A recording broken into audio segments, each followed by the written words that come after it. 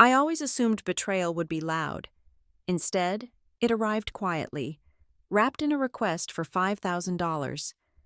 I wrote the check to my boyfriend's family because I wanted to be easy to love, never suspecting that small sum was the lever they would use to break me. I didn't know then that the real cost wasn't the loan. It was the $3 million they were hiding, and the person I'd have to become to take it back. The fluorescent lights of North Pine Infrastructure Group had a specific hum, a low-frequency drone that most people stopped hearing after their first month. I had been there for 5 years, and I still heard it. It was the sound of stability. It was the sound of a paycheck that cleared every 2 weeks, of a dental plan that covered 80% of major work, and of a life that was, by all reasonable metrics, under control. I was 33 years old. I was a project coordinator, which meant I was the person who made sure the engineers didn't promise things the budget couldn't support, and the clients didn't ask for things physics wouldn't allow. I was good at it. I was steady. I was the person you didn't notice until I wasn't there.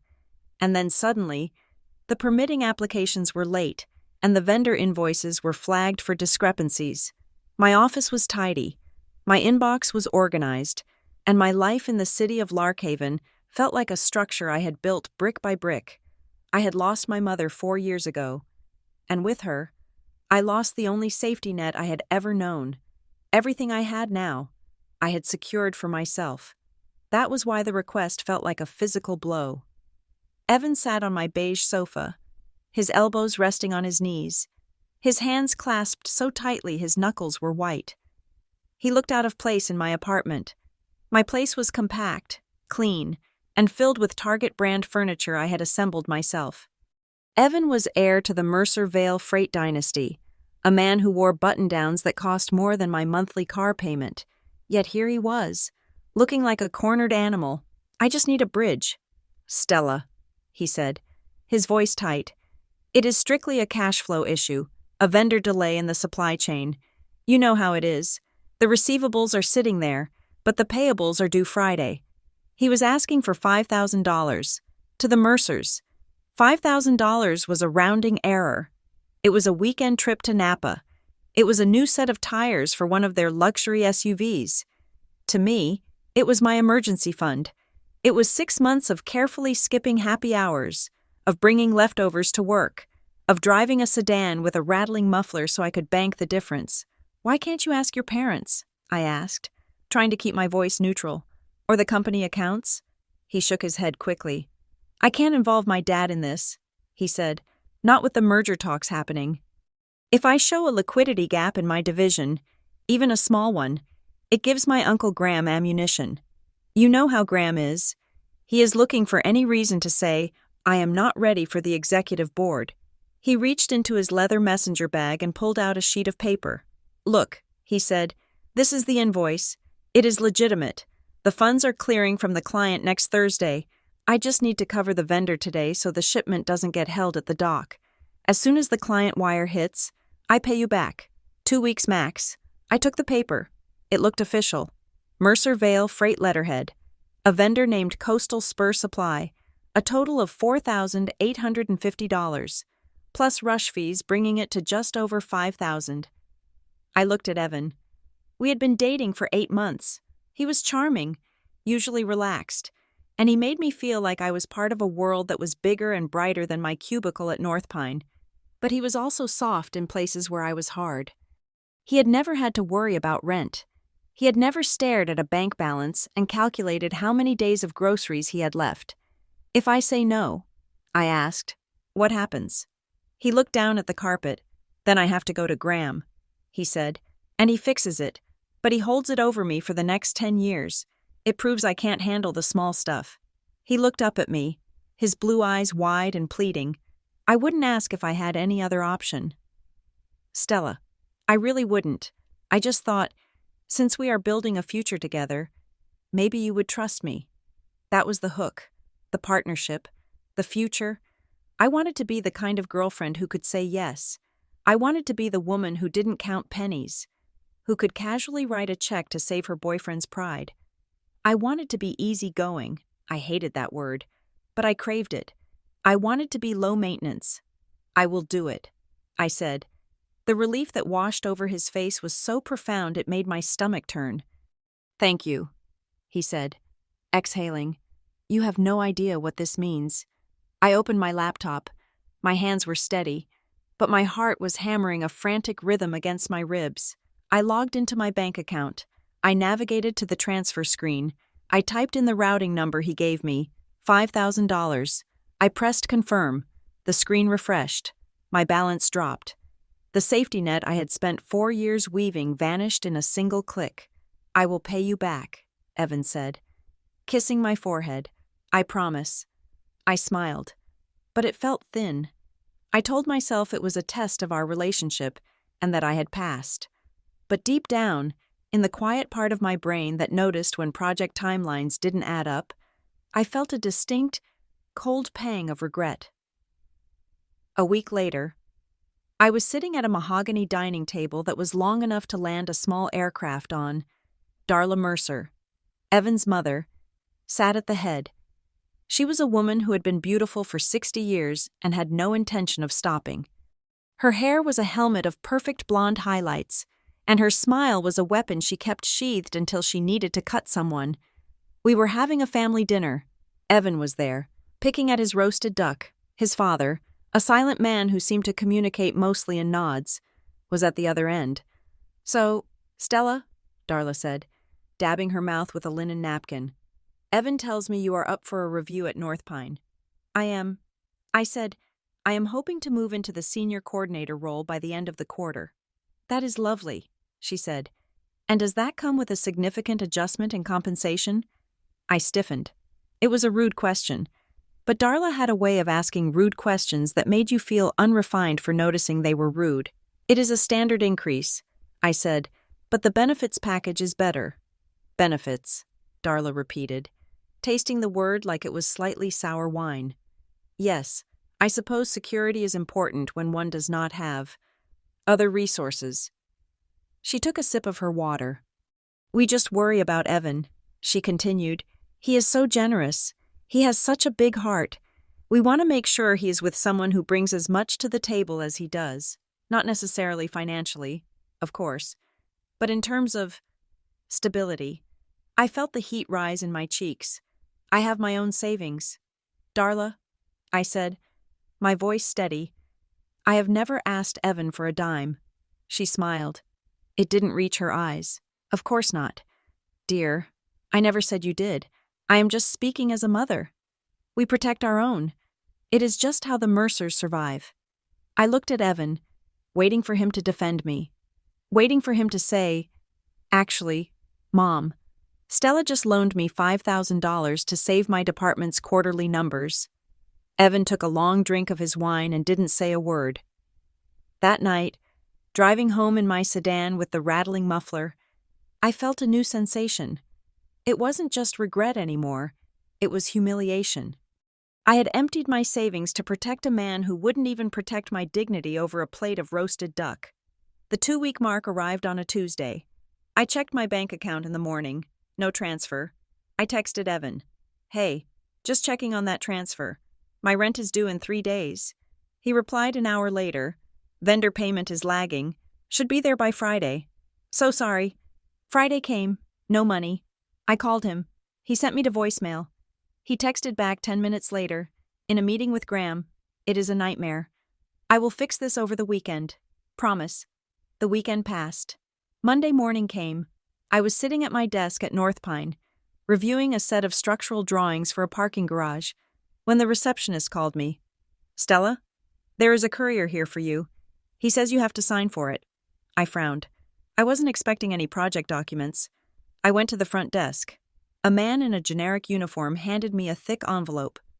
Sign here, he said, pointing to a digital pad. I signed. I took the envelope back to my desk. It was heavy. My name was typed on the front in crisp, authoritative font. I slid my letter opener under the flap and pulled out a stack of papers. The title at the top of the first page stopped my heart.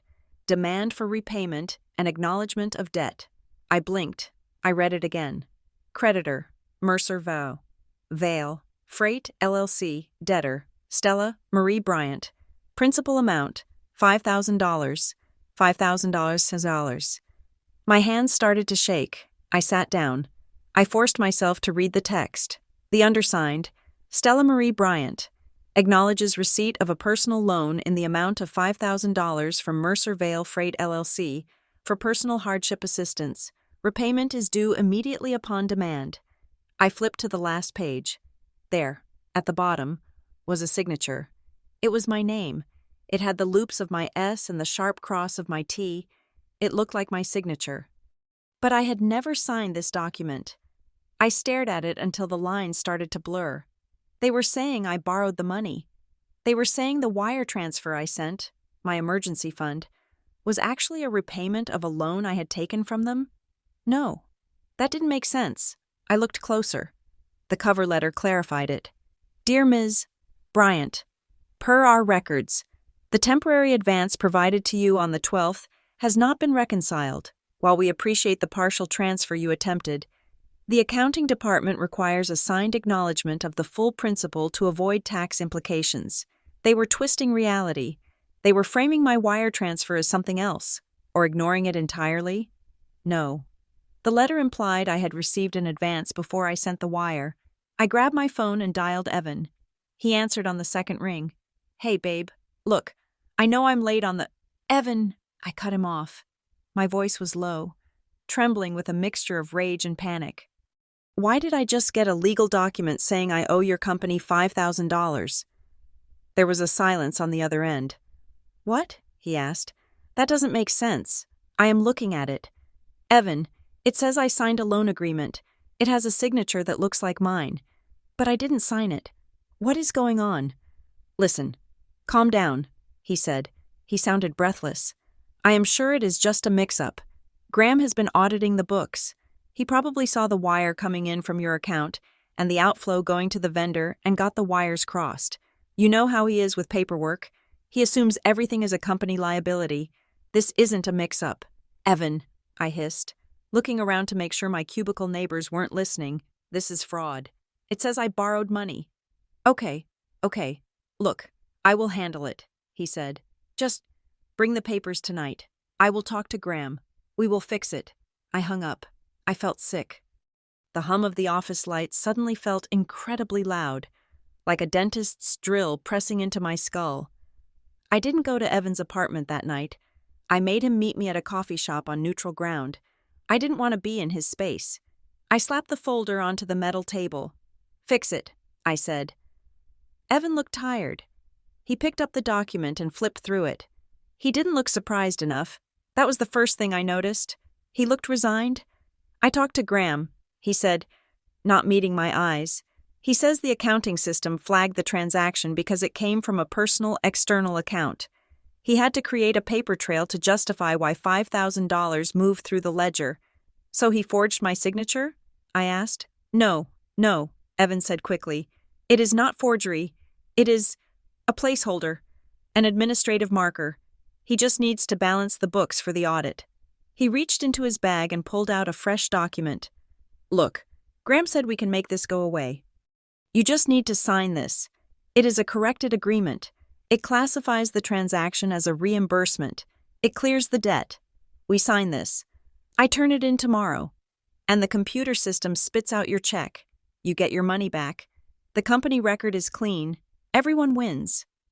I looked at the new document. It was short. Settlement and release of claims.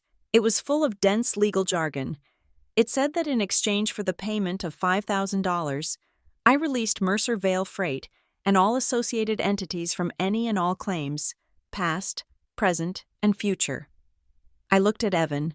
He was looking at me with that same puppy dog expression he had used when he asked for the money. Just sign it. Stella, he said, please, let's just put this behind us. It is just paperwork. My hand hovered over the pen. I wanted to sign it. I wanted my $5,000 back. I wanted the fear in my stomach to go away. But then I remembered Darla. We protect our own.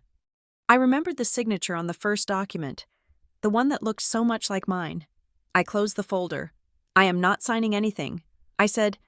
Evan's face hardened. Stella, don't be difficult. I am trying to help you. You want to help me? I said.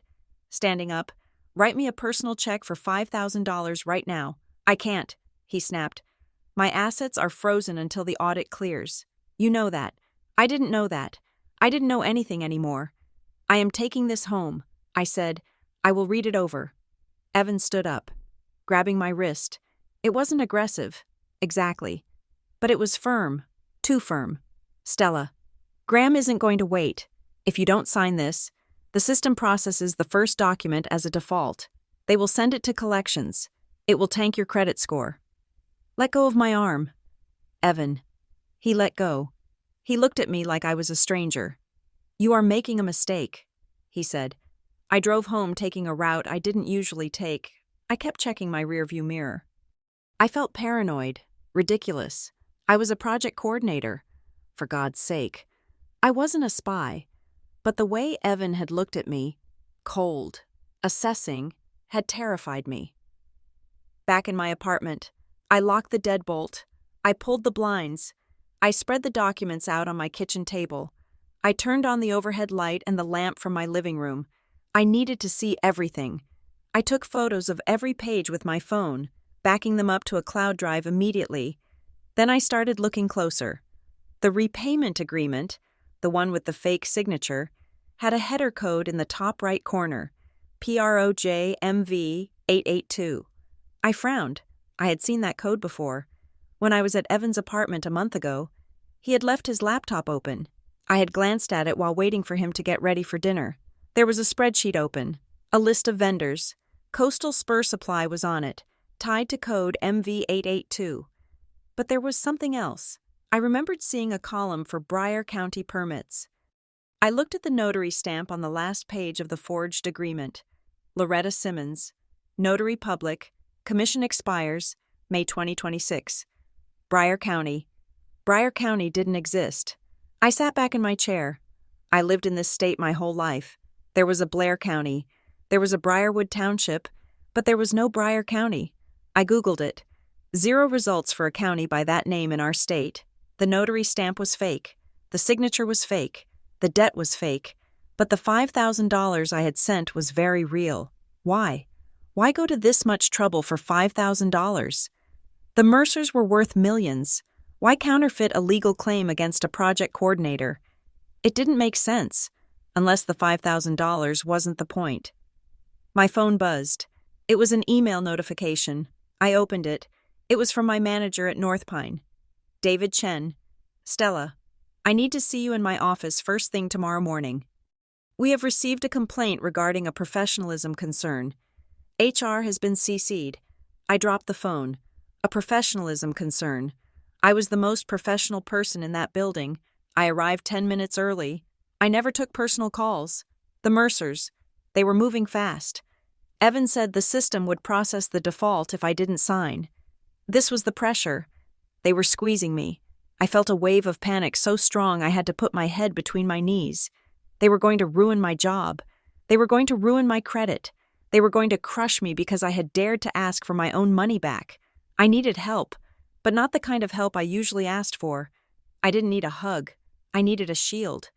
I picked up my phone and scrolled past Evan's name. I scrolled past my dad's number. I stopped at Mara Ellison. Mara was a friend from college who had dropped out of 3 different grad programs before settling into a paralegal career. She was cynical, suspicious of everyone, and absolutely brilliant at paperwork. She was the person you called when you wanted to know if your landlord was legally allowed to raise your rent. I called her. It was 11 at night. She answered on the first ring. "Who is dead?"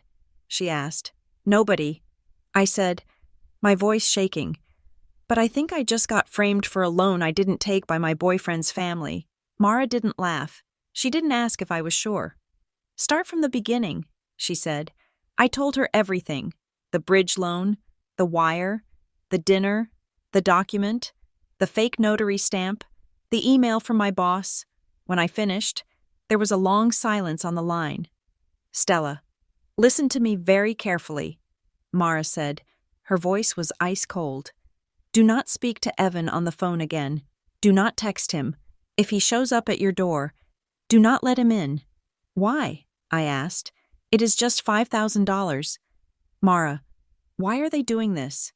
It isn't about the 5,000. Stella, she said.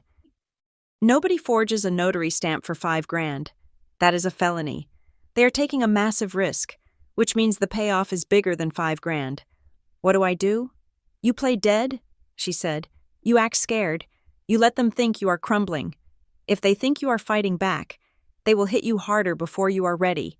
You need to gather information, and you can't do that if they have their guard up. I looked at the fake signature on the table. It looked so much like mine. It was a violation of my identity, a theft of my name. Okay, I said. I can do scared. Good, Mara said. And Stella? Yeah? Get everything in writing. If it isn't on paper, it didn't happen. I hung up the phone. I sat alone in my apartment. The silence was heavy. I looked at the documents one last time. The Mercers thought they were dealing with Stella the nice girlfriend, Stella the steady project coordinator, Stella who wanted to be easygoing. They were right. That was who I had been this morning. But as I stared at the forged signature, I felt something shift inside me. The panic was still there, but it was crystallizing into something else, something colder. I turned off the kitchen light. I didn't cry. I didn't call Evan to beg for an explanation. I went to my bedroom, pulled out a fresh notebook, and uncapped a pen. Day 1, I wrote. They stole $5,000. They forged my name. I underlined it twice. Find out why.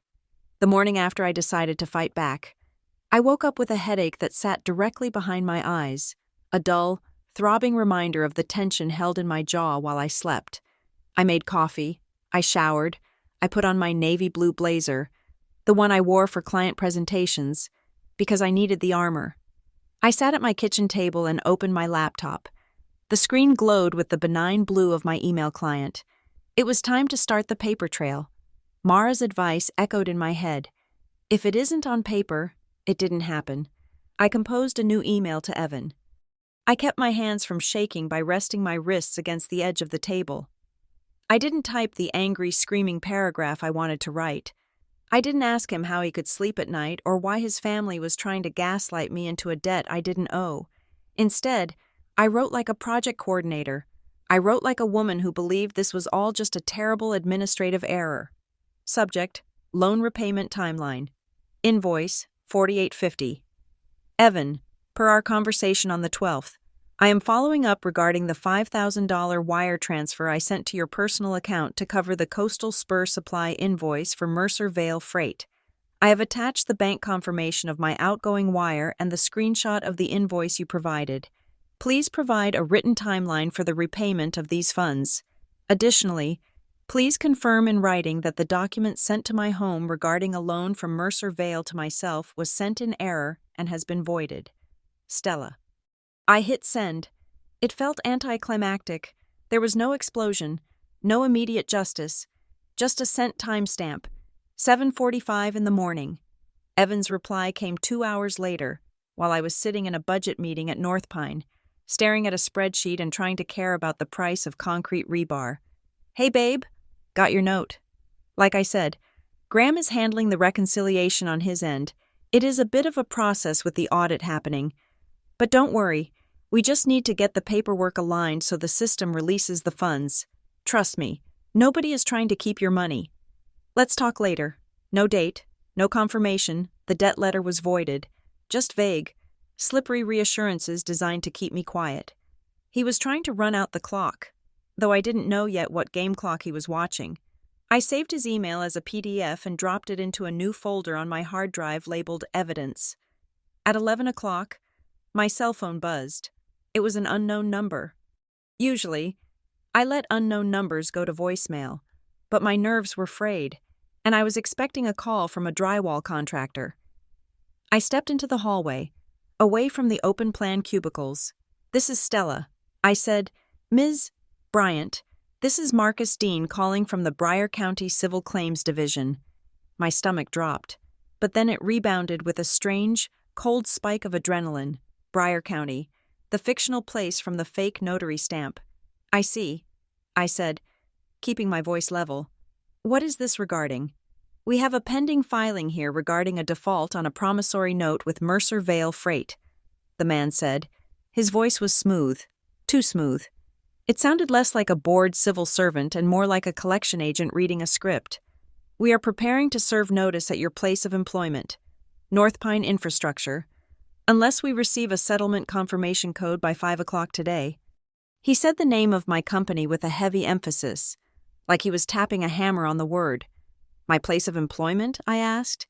Is that standard procedure for a civil claim filing? It is when we have reason to believe the defendant is evading service at their primary residence, he said. We just want to save you the embarrassment. Ms. Bryant, if you contact the plaintiff and resolve this, they can pull the filing. The threat was blunt. Do what we want, or we will humiliate you in front of your boss. I took a breath. I looked at the acoustic ceiling tiles above me. Mr. Dean, I said, can you give me the address of the courthouse in Bryer County? I would like to come down and pick up the filing in person. There was a pause, a beat of silence that lasted 2 seconds too long. We are currently closed to the public due to renovations, he said. Electronic resolution is the only method available. Renovations, I repeated. And where is Bryer County located? Exactly. Is it north or south of Larkhaven? Ms. Bryant, this is a courtesy call. If you want to play games, I am not playing games. I said, I am looking at a map of the state, and I'm having trouble locating your jurisdiction. Click, the line went dead. I lowered the phone. My hand was sweating against the plastic case. It wasn't a court. It was intimidation. They had hired someone. Or maybe Graham Vale had a guy on payroll. To scare me into signing that release. They were trying to panic me. I went back to my desk. But I couldn't focus. The hum of the office felt hostile now. Every time a phone rang, I jumped. 2 days later, Darla Mercer texted me. Darling, are you free for coffee? I am near your office. I would love to clear the air. My treat? I didn't want to go. Every instinct screamed at me to run in the opposite direction. But Mara had said to learn who was pulling the strings. You can't learn anything if you aren't in the room. I met her at the Roasted Bean, a trendy spot 3 blocks from North Pine. Darla was already there, sitting at a corner table, looking immaculate in a cream-colored cashmere cardigan. She had 2 lattes waiting. Stella, she said, beaming as I approached. You look tired. Dear, are you sleeping? I am fine. Darla, I said, sitting down. She pushed a latte toward me.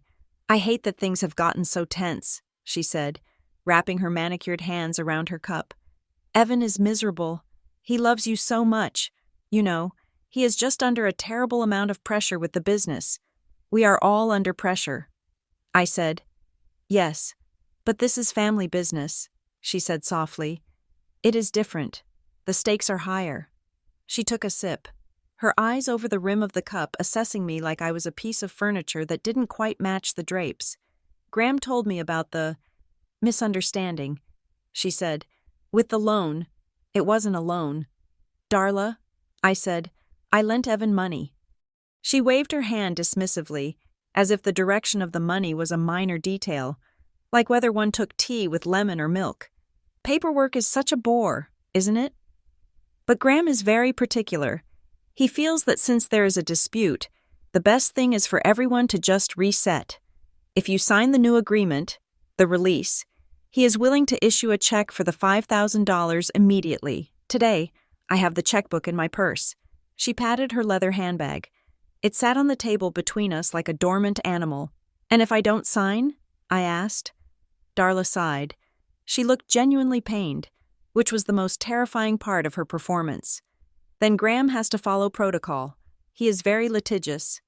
Stella, I try to soften him, but he listens to the lawyers, and I would hate to see you get bogged down in court cases, especially now. What do you mean, especially now? She smiled. It was a small, tight expression. Well, with your career just taking off. I drove by your office building on the way here.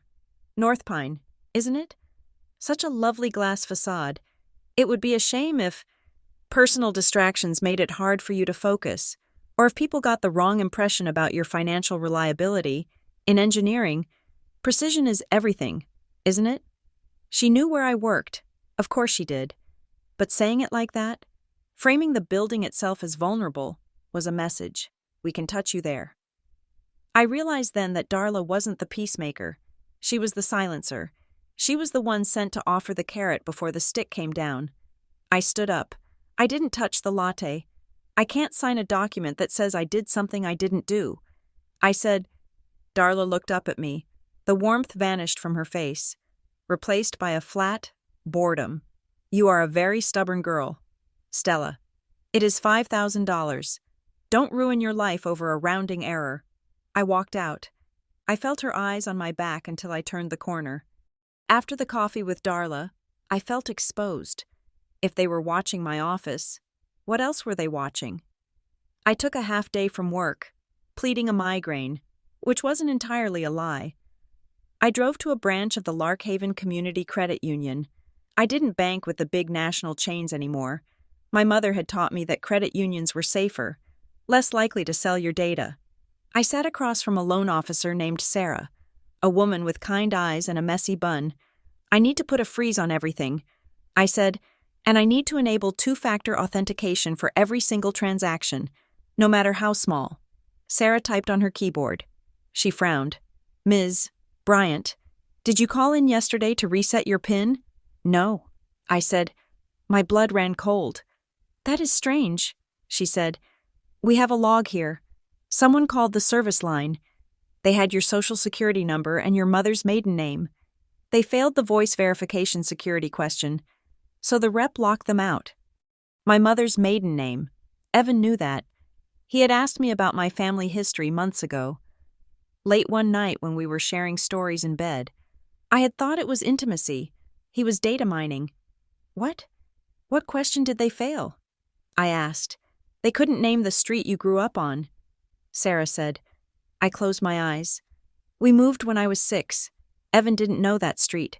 They are trying to get into my accounts, I whispered. I can flag this as fraud right now, Sarah said, her voice dropping to a comforting, professional tone. We will change your account numbers. We will put a verbal password on the file. Nobody gets in without saying the word. What do you want it to be? I thought for a second. Iron, I said. The word is iron. When I left the credit union, I sat in my car for 20 minutes, just breathing. They weren't just trying to avoid paying me back. They were trying to access my financial life. Why? To take more? Or to plant something? To make me look unstable? Financial reliability, Darla had said. If my bank account showed erratic activity, if I looked like I was hemorrhaging money, their claim that I needed a hardship loan would look true. I needed a lawyer. Mara came through 2 days later. She sent me an address for an office in the old warehouse district of Larkhaven, a part of town where the brick buildings were slowly being converted into lofts but still smelled like diesel and river water. Calvin Rusk did not look like the lawyers on TV. He was a small man in his 60s, with tufts of white hair sticking up in random directions and a sweater vest that had seen better decades. His office was a labyrinth of paper stacks. He listened to me for 40 minutes without interrupting. He looked at the forged document. He looked at the email chain.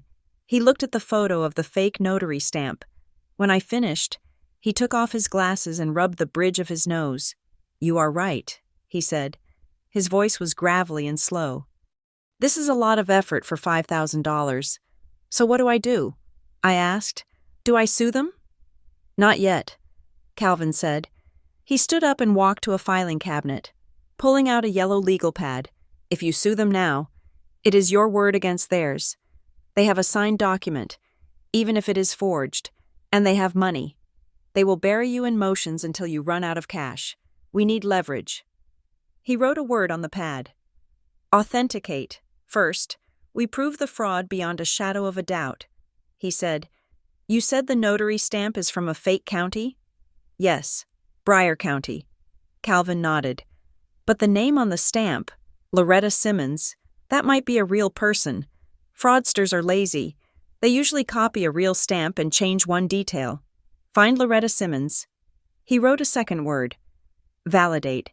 We need to know why they need you to sign that release so badly. He continued. Rich people don't care about $5,000. They care about liability. What does that document really say? He picked up the copy of the settlement and release Evan had tried to get me to sign. He read it aloud, his finger tracing the dense text, releases any and all claims, known or unknown, regarding debt, equity, or beneficial interest in the company or its affiliates. He stopped. Equity, he said. Beneficial interest. That is standard boilerplate language, usually, but in this context, it feels specific. He looked at me over the top of the paper. Ms. Bryant, do you own any part of Mercer Vale Freight? No. I said, I am just a project coordinator. I have never bought stock. Did your parents? My mother was a school nurse. My dad left when I was a baby. We didn't have stock money. Calvin hummed, a low vibrating sound in his chest. Keep digging, he said. Find the notary, and don't sign anything, not even a birthday card. I took Calvin's advice. I spent my lunch break the next day searching state records. I found Loretta Simmons. She wasn't in a fictional county. She was in Oak County, 3 hours away. And according to the state licensing board, her commission had expired 4 years ago. I called the number listed in the public directory. A shaky, elderly voice answered. Hello? Ms. Simmons? My name is Stella. I am calling because I have a document here with your notary stamp on it, dated 2 weeks ago. There was a sharp intake of breath on the other end. I haven't stamped a document since my husband passed in 2019. She said, I shredded my stamp. Who is this? Someone forged your stamp. Ms. Simmons. They changed the county, but they used your name and license number. I heard the fear in her voice. It mirrored my own. I don't want any trouble, she said. Please don't bring the police here. I won't. I promised. I just needed to know. I hung up. The stamp was a zombie. Someone at Mercer Vale, Graham, presumably, had taken an old stamp, digitally altered it, and used it to fabricate the agreement. It was a felony. That evening, Evan came to my apartment. I hadn't invited him, but he buzzed from the lobby, and I let him up. I needed to see his face when I refused him again. He looked terrible, dark circles under his eyes, his shirt untucked. Stella, please, he said, standing in my doorway. Graham is going nuclear. He is talking about filing a police report for theft. He says you stole the $5,000. I stole the money I wired to you? I asked, leaning against the doorframe. I didn't let him inside. He says the wire was a cover. He is spinning it. Stella, he is crazy. You don't know him. He will destroy you just to prove a point. Then pay me. Evan, write me a check. Right now. I can't, he shouted, throwing his hands up. They are watching my accounts. He lowered his voice, stepping closer. I am caught in the middle here. Stella. I am trying to protect you. Just sign the release. Once it is signed, Graham calms down. Then I can get cash out slowly. I will pay you back double. $10,000. Just end this. He looked at me with those blue eyes, the ones I had fallen for. But I didn't see love anymore. I saw cowardice. He wasn't caught in the middle. He was the bait. I know about Loretta Simmons, I said quietly. Evan froze. Who? The notary? The one who retired 4 years ago? The one whose name is on your fake agreement? Evan's face went slack. For a second, the mask slipped, and I saw pure, unadulterated panic. You are making this bigger than it needs to be, he whispered. Go home. Evan, I said, and tell your uncle that if he files a police report, I will show the police the email where you asked for the loan to cover a vendor. I kept it. I shut the door in his face. I locked the deadbolt. My heart was racing, but it was a strong, steady rhythm. Later that night, I couldn't sleep. The word equity kept spinning in my mind. Calvin had asked if I owned anything. I didn't. But then I remembered the box. When my mother died, she left very little, a small life insurance policy that paid for the funeral and cleared her medical bills, and a metal file box. Keep this. She had told me in the hospice ward, her voice thin as parchment. Don't open it unless you feel lost, or unless someone tries to make you doubt your own signature. I had forgotten that last part until just now. Doubt your own signature. I scrambled out of bed. I dug through the back of my closet, pushing aside winter coats and shoeboxes until my hands touched the cold metal of the lockbox. I brought it to the living room. I found the small key on my keychain, the one I had carried for 4 years without using. I opened it. Inside, there were photos of me as a baby, my birth certificate, and a thick, cream-colored envelope. I opened the envelope. It was a letter, handwritten in my mother's looping script. My dearest Stella, if you are reading this, I am gone. I tried to protect you from the things I ran away from, but the past has a way of circling back. Before I was your mother, I was someone else. I made investments. I trusted people I shouldn't have. When I left that life, I couldn't take the money, but I kept the proof. If anyone from the Vale family ever contacts you, or if you ever find yourself in a corner where the numbers don't add up, contact Sable Harbor Fiduciary. Ask for the trustee of the Meridian Trust. Don't let them tell you who you are. Love, Mom, the Vale family. I stared at the paper. My mother knew the Vales? Graham Vale? Evan? My breath hitched. I had been dating Evan for 8 months. Was it a coincidence? Larkhaven wasn't that big. Or had he found me? I looked at the bottom of the letter. There was a contact number for Sable Harbor Fiduciary. It was 2 a.m. I couldn't call now. I sat on the floor, holding the letter. The $5,000 was definitely not the point. The Mercers didn't want my emergency fund. They wanted to close a loop my mother had left open. I called Sable Harbor Fiduciary from my car in the parking lot at North Pine the next morning. Sable Harbor Fiduciary. A woman's voice answered. Formal, crisp. Hello, I said. My name is Stella Bryant. I am calling regarding the Meridian Trust. There was a silence. The typing in the background stopped. 1 moment. Please. A minute later, a man came on the line. This is Mr. Vance. To whom am I speaking? Stella Bryant. My mother was... She left me a letter. Ms. Bryant. Mr. Vance said, his tone cautious. We have a file under that name. However, the trust in question has been dormant for many years due to a lack of beneficiary verification. Dormant, I repeated. What does that mean? It means the assets are held in custody, but cannot be distributed or managed until the beneficiary presents the requisite identity documents and the original grantor's key code. Key code? I asked. A document number. He said, usually found on the original certificate of trust. Do you have that? No.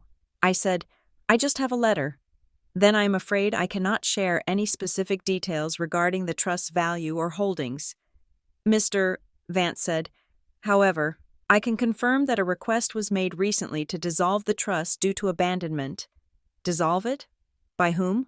By the secondary interest holders. He said, they claimed the beneficiary could not be located. Who are the secondary interest holders? I asked, though I already knew the answer. I cannot disclose that without verification. Ms. Bryant. But if you believe you are the primary beneficiary, I suggest you find that key code. If the trust is dissolved, the assets revert to the secondary holders. Thank you, I said. I hung up. They were trying to dissolve my mother's trust. They needed to prove I couldn't be found, or that I had waived my rights. The release of claims. Releases any and all claims, known or unknown, regarding debt, equity, or beneficial interest. If I signed that document to get my $5,000 back, I would be signing away the trust. They tricked me into a fake debt so I would sign a real release. I walked back into the North Pine building, my mind racing. I needed to find that key code. I needed to dig through every paper my mother had left. But when I got to my desk, my badge didn't work on the card reader. The little light flashed red. I tried again. Red. A security guard walked over.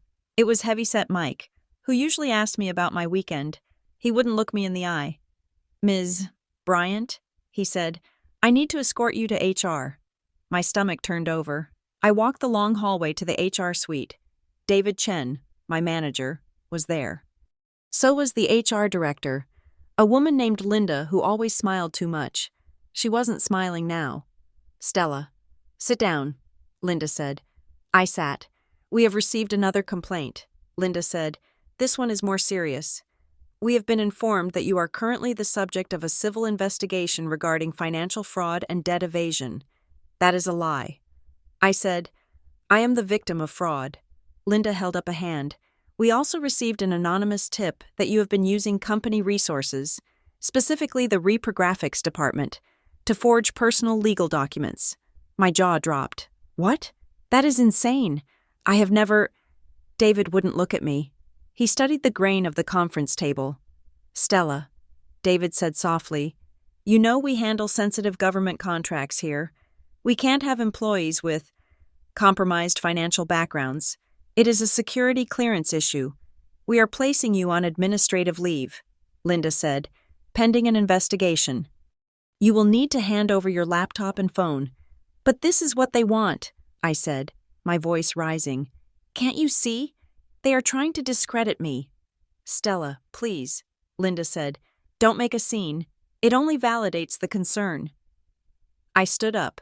I took my phone out of my pocket. It was my personal phone. Thank God. But I had to hand over my work laptop. I looked at David. I have never missed a deadline. David, I have never made a mistake on a budget. You know me. David sighed. Resolve your personal conflicts. Stella, then we can talk. I walked out of the building carrying a cardboard box with my mug and a potted succulent. I stood on the sidewalk, the wind whipping my hair across my face. Darla had warned me. It would be a shame if personal distractions made it hard for you to focus. They had stripped me of my job. They had attacked my bank account. They had made me look like a criminal to the people I worked with for 5 years. I put the box in the passenger seat of my car.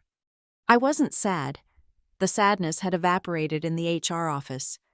I sat behind the wheel and gripped it until my knuckles turned white. They thought that by taking my job, they were taking my power. They thought that by isolating me, they were breaking me. They were wrong.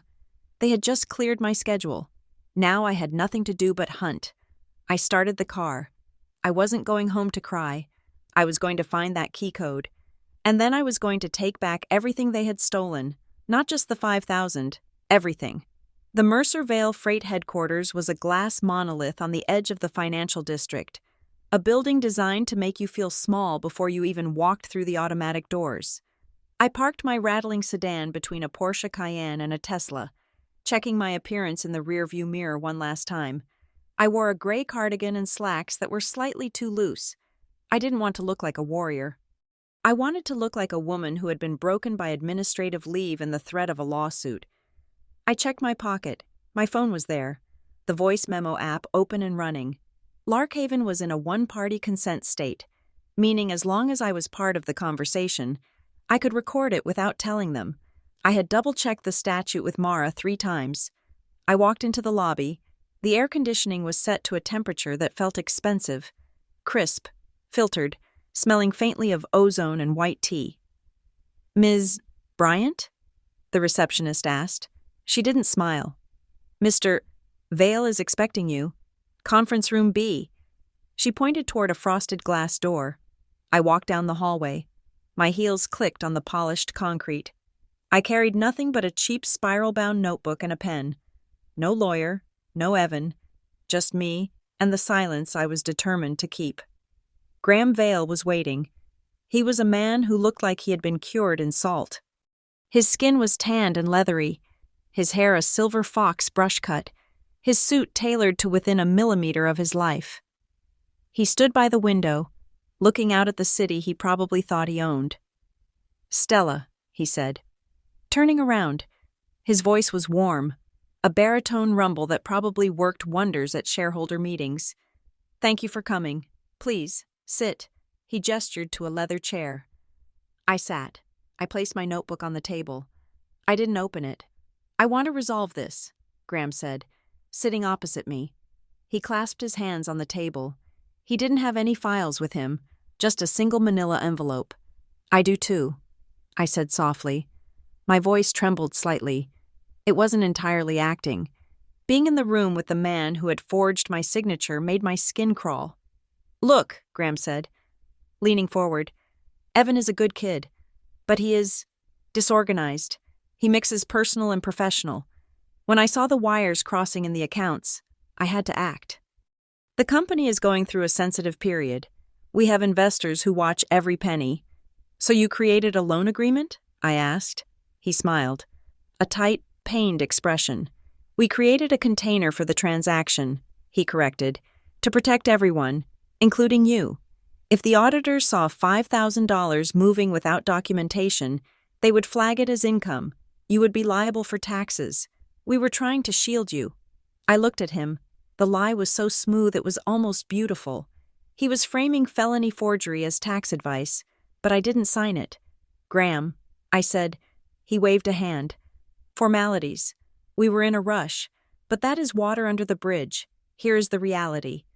Stella, you are upset. Evan is upset. My sister Darla is worried sick. We want to make you whole. He slid the manila envelope across the table. Inside is a mutual release, he said. It says we have no quarrel. You walk away. We walk away. And as a gesture of goodwill, for the confusion, I have authorized a payment of $1,000. $1,000? I asked. I lent Evan $5,000. Graham sighed. The $5,000 is a separate matter between you and Evan personally. This $1,000 is from the company. For your trouble, Evan will pay you the rest when his liquidity improves. But the company needs this release signed today. He pulled a pen from his pocket, a Mont Blanc. He set it down next to the envelope. Sign it, take the check, and let's get you back to your life. I heard about the trouble at North Pine. Terrible misunderstanding. I could make a call. Clear that up for you. The threat was wrapped in velvet. Sign, and you get your job back. Don't sign, and we keep destroying you. I reached for the envelope. I opened it slowly. I pretended to read the first page. Graham, I said, before I sign this, I just need to check one thing. For my own peace of mind. Anything, he said, checking his watch. The invoice, I said, the one Evan showed me, the one from the vendor. Can I see the copy you have? Just to make sure the amounts match what is in the release. Graham hesitated, just for a fraction of a second. His eyes flicked to my notebook, then back to my face. He saw a tired woman in a gray cardigan. He didn't see a threat. Sure, he said. He tapped his phone. Linda, bring in the file for the Bryant matter. A moment later, an assistant walked in and handed him a folder. He pulled out a sheet of paper and slid it to me. Here, standard supply invoice. I looked at it. Vendor, Coastal Spur Supply. Date, October 12th. Amount, $4,850 authorized. Project code, ProJ MV 882. It looked almost identical to the one Evan had shown me in my apartment. Almost, on Evan's copy. The address for Coastal Spur Supply had been a P.O. box in Larkhaven. On this copy, the address was in Wilmington, Delaware, and the item descriptions were different. Evan's invoice listed Logistics Support Services. This invoice listed Consulting Retainer, Q4, but the project code was the same, Proj MV 882. I stared at the code. Is this for the Briar County project? I asked innocently. Graham froze. What makes you say that? He asked, his voice dropping an octave. I saw the notary stamp on the other document. I said, it was from Briar County. Graham laughed. It was a dry, cracking sound. Just a clerical error. Stella, we have projects all over. Look, are you going to sign the release or not? I have a board meeting in 20 minutes. I closed the folder. I need to show this to my lawyer. I said. Graham's face hardened. The mask dissolved. You don't have a lawyer. Stella, you have a paralegal friend who flunked out of law school. Don't play poker with me. You are holding a pair of twos. I am the house. He leaned in, his breath smelling of mints and coffee. If you walk out of here with that paper, the offer is off. The lawsuit proceeds. And I promise you, North Pine won't just put you on leave. They will fire you for cause. I know the CEO. We play golf. I stood up. My legs felt like jelly. But I forced them to hold me. Then I guess I will see you in court. Graham. I took the invoice copy. He lunged for it, his hand slapping onto the paper, pinning it to the table. That is company property, he snarled. I looked at his hand. Veins were bulging on the back of it. I already took a picture of it. Graham. I lied. He pulled his hand back as if burned. I walked out. I didn't run. I walked past the receptionist, past the security guard, and out into the bright, blinding sun. I got into my car and locked the doors. Then, and only then, did I let myself shake. I shook so hard my teeth rattled. I pulled out my phone and stopped the recording. I had him. I didn't know exactly what I had, but I knew I had something. I drove straight to Mara's apartment. Mara lived in a basement unit that smelled of incense and old paper. She was sitting on her floor, surrounded by stacks of printouts. "You look like you just robbed a bank," she said, looking up as I burst in. "I think I did," I said, "or maybe I just stopped them from robbing me." I threw the notebook on her futon and explained the meeting, the invoice discrepancy, the project code, the threat. Mara listened, chewing on the end of a pen. "Coastal Spur Supply," she muttered. "Why does that sound familiar?" She turned to her laptop. Her fingers flew across the keys. She pulled up the Secretary of State's business search. "Here we go," she said. "Coastal Spur Supply. Registered agent is a corporate service company in Delaware. Standard for shell companies." She clicked deeper. "But look at the manager list. It is obscured, but the filing address for the manager is the same address as..." She opened another tab. "Vale Meridian Partners." "Who are they?" I asked. Mara spun the laptop around. "Mercer Vale Freight is an LLC," she explained, "but it is owned by a holding company, Vale Meridian Partners. That is the umbrella. They own the logistics company, a few real estate holding firms, and apparently, this fake vendor, Coastal Spur Supply. So they are paying themselves?" I asked. "Exactly," Mara said. "They are moving money from the freight company to the shell company using fake invoices.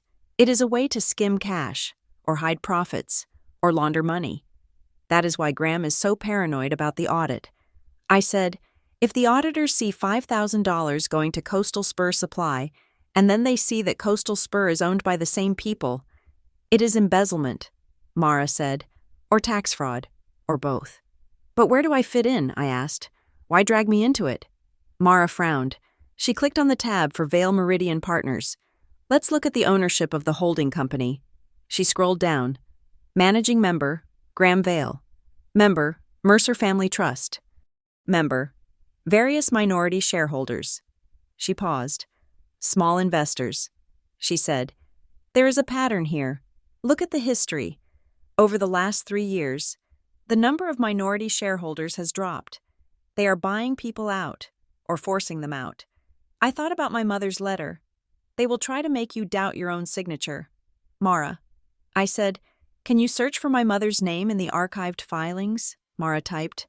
"Elena Bryant. Nothing. Try her maiden name." I said, "Elena Corvus." Mara typed it. She hit enter. The screen refreshed. There. In a filing from 1998, list of initial capital contributors. Vale Meridian Partners. Elena Corvus. 500 Class A units. I stared at the screen. The name was there. My mother. 500 units. I whispered, "Is that a lot?" Mara did some quick math. If the company has grown for 25 years, and if they are consolidating ownership, Stella, those units aren't just shares. They represent a piece of the foundation. She looked at me, her eyes wide. They didn't just borrow $5,000 from you to fix a cash flow problem. They created a conflict with you so they could force you to sign a release that covers any and all beneficial interest, I said, remembering the document. "They know who you are," Mara said. "They know you are Elena's daughter, and they know that if you find out about these shares, you can stop them from doing whatever they are doing with the company. They want my shares." I said, "No." Mara said, "They want your silence. If you sign that release, the shares revert to the company. They disappear. And Graham Vale absorbs the value." I needed confirmation. The public filing was from 1998. I needed to know if the shares still existed. I went back to my apartment. It was dark. I didn't turn on the lights. I felt safer in the shadows. I pulled out my mother's letter again. I dialed the number for Sable Harbor Fiduciary. It was after hours. But I left a voicemail. Mr. Vance, this is Stella Bryant. I have found the document you asked for, or at least, I know what it is. My mother, Elena Corvus, was an initial capital contributor to Vale Meridian Partners. I believe my trust holds 500 Class A units. I am formally requesting an accounting of these assets. I hung up. Then I sat down and wrote a second letter. This one was to Evan. I didn't send it. I just wrote it to get the poison out of my system. Dear Evan, I know you are weak. I know you are scared of your uncle, but you let them treat me like a criminal to steal my inheritance. You traded me for a pat on the head from Graham. I ripped the page out of my notebook and burned it in the kitchen sink. Watching the ash curl and blacken gave me a strange sense of satisfaction. The next day, Evan came to me. He caught me in the parking lot of my apartment complex as I was getting groceries out of my trunk. He looked worse than before. He hadn't shaved in days. Stella, we need to talk, he said. I kept unpacking the bags. Eggs, milk, spinach, the mundane fuel of a life he was trying to burn down. I am listening. I said, Graham is losing it, Evan said, leaning against my car. He says you stole company documents. He's talking about a restraining order. Let him file it. I said. Evan ran a hand through his hair. Why are you doing this? He asked. It is just money. I told you I would pay you back. It isn't about the 5,000. Evan, I said. I looked him dead in the eye. Tell me about Vale Meridian Partners. Evan flinched. It was subtle, a tiny tightening of the muscles around his eyes. But I saw it. I don't know what you are talking about. That is just the holding company. I know my mother was an investor. Evan, I know about the shares. His face went pale. He opened his mouth, then closed it. You knew. I said. My voice was flat. You knew the whole time. That is why you dated me, isn't it? To keep an eye on the beneficial interest. No! Evan shouted. No! Stella, I swear. I didn't know at first. I really liked you. It was only later. When Graham ran a background check for the merger, he saw your mother's name, and he told you to get the shares. I said. He told me to resolve the liability. Evan pleaded. He said it was just a loose end, that the shares were worthless anyway, just paperwork cluttering up the cap table. He said if I could get you to sign a release, it would help the family. So you staged the loan. I said, you asked me for money you knew I would give, just to create a debt you could leverage. It wasn't supposed to go this far, Evan said. You were just supposed to sign the paper. Why couldn't you just sign the paper? Because I'm not an idiot. Evan, I slammed the trunk shut. Get off my property. Stella, wait. If you don't sign, Graham is going to escalate. He has hired a PR firm. They are going to ruin you. I walked past him toward the building. Let them try, I said. The escalation arrived 2 hours later via email. From Legal Bluecrest, Reputation, calm subject, Notice of Pending Defamation Action. Ms. Bryant, we represent Mercer Vale Freight and its principals. It has come to our attention that you are circulating false and defamatory statements regarding the company's financial practices and the integrity of its officers. Be advised that we are preparing a civil complaint seeking damages in excess of $250,000 for reputational harm. Cease and desist all communications regarding Mercer Vale immediately. It was a scary email. It had a logo with a lion on it. It used words like tortious interference and malice. A week ago, I would have cried. I would have called Mara and asked if I was going to jail. Now, I just looked at the domain name. I Googled it. The website was a single page. Generic stock photos of men in suits shaking hands. No address. No phone number. The domain had been registered 3 days ago. It was another ghost. Just like the notary. Just like the debt. They were throwing up smoke screens to hide the fire. I called Calvin Rusk. Calvin, I said, they are threatening defamation. Good. Calvin grunted. That means they are panicked. People who have nothing to hide don't hire fake PR firms to threaten project coordinators. What do I do? I asked. Do the opposite of what they expect. Calvin said, they expect you to defend yourself. They expect you to say, I didn't do it. Don't do that. What should I do? Attack the paperwork, he said. Don't threaten them. Just ask for the boring stuff. The stuff only a shareholder is allowed to see. He gave me a list. I sat down and wrote 2 letters. Formal, precise.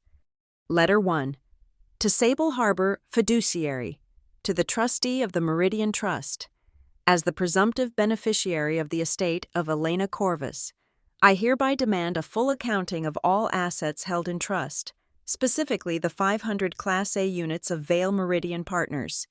I further demand a copy of all correspondence between the trustee and the managers of Vale Meridian Partners regarding any proposed dissolution or transfer of these assets.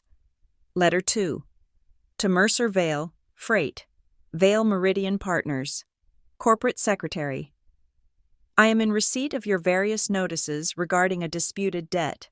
I formally dispute this debt as fraudulent. Furthermore, as a beneficial interest holder in Vale Meridian Partners, I hereby demand inspection rights under State Corporation Law Section 220. I request copies of the following. 1. Board minutes from the last 24 months. 2. The current capitalization table. 3. Any and all purchase agreements regarding the buyback of Class A units. Govern yourselves accordingly. Stella M. Bryant, I went to the post office. I sent them via certified mail. Return receipt requested. The clerk looked at me as I slapped the green stickers on the envelopes. Important stuff, he asked. You have no idea, I said. 3 days passed. The silence was deafening. North Pine didn't call. Evan didn't text. The world felt suspended, like the air before a thunderstorm. I spent the time cleaning my apartment, scrubbing the grout in the shower, organizing my spice rack. I needed to control my physical space because my legal space was chaos. On the 4th evening, I was eating instant ramen at my kitchen table when I heard a rustle at the door. No knock, just a sound of paper sliding over the floor. I froze. I waited a minute, then walked to the door. There was a thick white envelope lying on the welcome mat. No postage. Hand-delivered. I picked it up. It was heavy. I opened it. Inside was a document bound in blue paper. Settlement agreement and mutual release. It wasn't the one-page document Graham had tried to give me. This was 20 pages long. I flipped to the section on consideration, the money they were offering. In exchange for the full and final release of all claims, the company agrees to pay the counterparty the sum of, I stopped, $100,000, $100,000. My breath caught in my throat. $100,000. It was more money than I made in 2 years. It was enough to pay off my student loans. It was enough to move to a new city and start over. They were scared. You don't offer $100,000 to make a $5,000 problem go away. I kept reading. I needed to see what I was giving up. Section 4. Waiver of beneficial interest. The counterparty acts as the sole beneficiary of the Meridian Trust, and hereby waives, relinquishes, and disclaims any and all interest in said trust, including but not limited to any equity holdings in Vale Meridian Partners, and agrees to the immediate dissolution of said trust, and then, the fine print at the bottom of page 12, a valuation summary, included almost as an afterthought, probably required by some disclosure law they couldn't skirt, based on the most recent internal valuation of Vale Meridian Partners dated August 30th. Value per Class A unit estimated at $6,000. $6,000. I grabbed a calculator. My hands were shaking so hard I dropped it. I picked it up. 500 units times $6,000. $3 million. I stared at the number on the calculator screen. The liquid crystal digits seemed to pulse. $3 million? That was what they were stealing. My mother's legacy. My future. The security I had spent my whole adult life trying to build with coupons and overtime. They had tried to break me over $5,000. They had tried to ruin my reputation, get me fired, and gaslight me into insanity, all to steal $3 million that they thought I was too stupid to notice. I looked at the check attached to the back of the offer. $100,000. It was a bribe, a hush payment. A wave of cold fury washed over me. It started in my toes and rose up until my scalp tingled. It wasn't the hot, messy anger of a breakup. It was the glacial, crushing anger of a woman who realizes she has been hunted. I picked up the settlement offer. I walked to my fridge, where I kept a magnet my mother had given me. It said, "The truth is the only thing you can't lose." I stuck the $3 million confession under the magnet. I wasn't going to sign it. I wasn't going to take their $100,000. I picked up my phone and called Calvin. "Stella?" he answered. "It is late. I got an offer." "Calvin," I said. My voice was rock steady. "How much?" "They offered me $100,000. That is a good number." "Stella," Calvin said cautiously, "for a nuisance claim." "But," I interrupted, "the paperwork confirms the value of the trust." "Calvin, the shares are worth $3 million. There was a long silence on the line. I heard Calvin set down a glass. $3 million, he repeated. "Yes. Well then," he said, his voice changing. The gravel was gone. He sounded like a shark smelling blood in the water. "That changes the strategy." "It does." I said, "I am not settling." "Calvin, I don't want the $100,000. What do you want?" I looked at the fake invoice on my table. I looked at the letter from my mother. I looked at the empty spot on the wall where my North Pine Employee Award used to hang. I want it all. I said, "I want the $3 million, and I want to expose exactly how they tried to take it. We are going to need more than letters." "Stella," Calvin said, "we are going to need to go to war." "I am ready," I said. I hung up. I looked at the settlement again. I saw the shape of the money now. It wasn't just numbers. It was freedom. It was justice. And it was mine. I went to my closet and pulled out the dress I wore to funerals. I hung it on the back of my door. Tomorrow. The polite project coordinator was dead. Tomorrow. The beneficiary arrived. The envelope from Sable Harbor Fiduciary arrived on a rainy Tuesday. Looking deceptively ordinary, it was thin, beige, and smelled faintly of the damp cardboard box it had traveled in. I sat at my kitchen table, a mug of lukewarm tea warming my hands, and sliced it open with a paring knife. Inside, there was no check.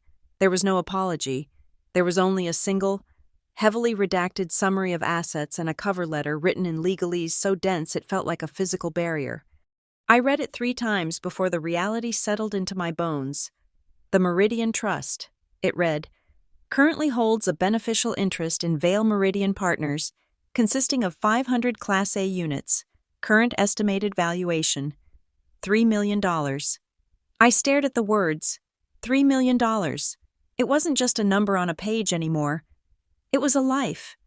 It was my mother's life, the one she had hidden away to keep me safe. It was the reason she had lived in a small rental house and driven a used Honda. She hadn't been poor. She had been waiting, and the money had been sitting there, growing in the dark like a mushroom, while I clipped coupons and worried about the price of gas. But the letter had a sting in the tail. Status, pending administrative review. Due to disputed beneficiary identity, trustee of record, Hollis Crane. I didn't know the name Hollis Crane. I called Calvin Rusk immediately. He answered on the first ring, the sound of rustling paper in the background. "I got the summary," I said. "It is $3 million. "Calvin," I heard him exhale, a long, low sound. "And the trustee?" he asked. "Hollis Crane." The rustling stopped. "Crane," Calvin muttered. "That is inconvenient. Who is he?" "He is a fixer," Calvin said. "He used to be a partner at the firm that handles liability for the city. He is the guy you hire when you want a zoning permit to disappear or a lawsuit to die of old age. And if I recall correctly, he and Graham Vale served on the board of the Larkhaven Country Club together for 10 years. My stomach turned. The trustee, the person legally obligated to protect my interests, was golfing buddies with the man trying to rob me. "He is not neutral." I said. "No," Calvin said. "He is a firewall. That is why they haven't paid you. Crane is holding the gate shut. We need to draft a demand." I said, the words tasting like ash in my mouth. I hated this. I hated the conflict. I was a person who apologized when someone else bumped into me at the grocery store. Now I was talking about demands and legal strategies. "Come to the office," Calvin said. "We are going to make him uncomfortable." Sitting in Calvin's office an hour later, I watched him type. The letter was aggressive. It demanded full trustee records, a log of all communications between Crane and Graham Vale, and a conflict of interest disclosure. I felt physically nauseous as I signed it. The pen felt heavy. Every stroke of my signature felt like I was escalating a war I didn't start but couldn't escape. I am not a vengeful person. Calvin, I said, looking at my signature. I just want them to leave me alone. That is why you have to sign, Calvin said, looking over his spectacles. They won't leave you alone until you become too expensive to touch. Right now, you are cheap. We need to make you expensive. The Mercers, however, decided to make me expensive in a different way. They decided to cost me my sanctuary. 2 days after I sent the demand to Hollis Crane. My phone rang. It was Mrs. Gable, my landlord. She was a sweet, elderly woman who usually only called to ask if the heating was working. Stella, she said. Her voice was trembling. I just got a call from the City Housing Authority. What? I asked, standing up in my living room. Why? They said they received a report that you are running an illegal subletting operation from the apartment. She said that you have people coming and going at all hours, like a hotel. Mrs. Gable, that is a lie. I said, shocked. You know me. I am here alone. I go to work and I come home. I know, dear. But the man on the phone was very aggressive. He said if I don't evict you, I could lose my rental license for the whole building. He cited zoning codes. I closed my eyes. It was Graham. It had to be. Mrs. Gable, listen to me. Nobody is subletting. Come over right now. Inspect the place. I will show you. I don't know. Stella. She said, I can't afford trouble with the city. Please. I said, just come look. She came. She saw my tidy, empty apartment. She saw my unmade bed and my stack of library books. She left reassured. But the damage was done. She looked at me differently now. I wasn't her nice tenant anymore. I was a source of potential liability. The next blow landed closer to home. David Chen, my manager at North Pine, sent me an email to my personal account. Stella, I am legally required to forward this to you. We received an anonymous tip via the ethics hotline alleging that you mishandled vendor funds on the Riverside project last year. The claim says you authorized payments to a shell company. I stared at the screen. The Riverside project. I had worked 80-hour weeks on that project. I had saved the client $40,000 by renegotiating the steel contract. We have to expand the scope of the administrative investigation. David wrote, please do not contact any current employees. They were mirroring. They were taking the crimes they had committed, shell companies, mishandling funds, and projecting them onto me. It was designed to make me panic. It was designed to make me feel like the walls were closing in so I would sign their settlement just to make it stop. I didn't panic. I went to the bathroom and threw up, and then I washed my face with cold water. I looked at myself in the mirror. My eyes were dark, rimmed with red. They want you to break. I told my reflection, don't you dare break. The Larkhaven Community Fundraiser was an annual event held at the Botanical Gardens. It was the kind of event where tickets cost $200 and the wine was served in crystal. Usually, I wouldn't go. I couldn't afford it. But Evan had bought us tickets months ago. They were digital. I still had them in my Apple Wallet. I knew the Mercers would be there. It was their crowd. I put on a black dress I had bought on clearance 3 years ago. I pulled my hair back into a severe bun. I put on red lipstick, a color I never wore. I arrived at 7 o'clock. The garden was lit with fairy lights. A string quartet was playing Mozart. I saw them immediately. Darla Mercer was holding court near the champagne fountain, wearing a shimmering silver gown. Graham was next to her, laughing at something a city councilman said. Evan was there, looking handsome and hollow in a tuxedo. I walked straight toward them. The conversation died as I approached. Darla's eyes widened, then narrowed, then softened into a mask of pity, so profound it felt like a slap. Stella, she said, her voice carrying over the music. Oh, you poor thing. I didn't think you would be up for socializing. I am fine. Darla, I said, taking a glass of champagne from a passing waiter. Why wouldn't I be? Well, she said, lowering her voice just enough to make everyone lean in. Evan told us about the difficulties with your job and the housing situation. It must be so stressful. She reached out and touched my arm. We are all just so worried about your stability. Dear, if you need help, professional help, we can recommend someone. Financial stress can trigger such terrible episodes. The room was listening. I could feel the eyes of Larkhaven's elite boring into me. Darla was painting a picture of a woman on the edge of a breakdown, a woman whose financial instability made her unreliable, paranoid, perhaps even dangerous. She was destroying my credibility in real time, with a smile on her face. I looked at her hand on my arm. I am not unstable. Darla, I said clearly, I am just expensive. I pulled my arm away. I saw Graham's jaw tighten. He knew what I meant. I walked away. I held my head high. I made small talk with a few people I knew, smiling until my face hurt. I stayed for exactly 45 minutes, proving I could exist in their space without crumbling. Then I drove home. I walked into my apartment, locked the door, stripped off the black dress, and stood in the shower for an hour. I cried until my chest ached.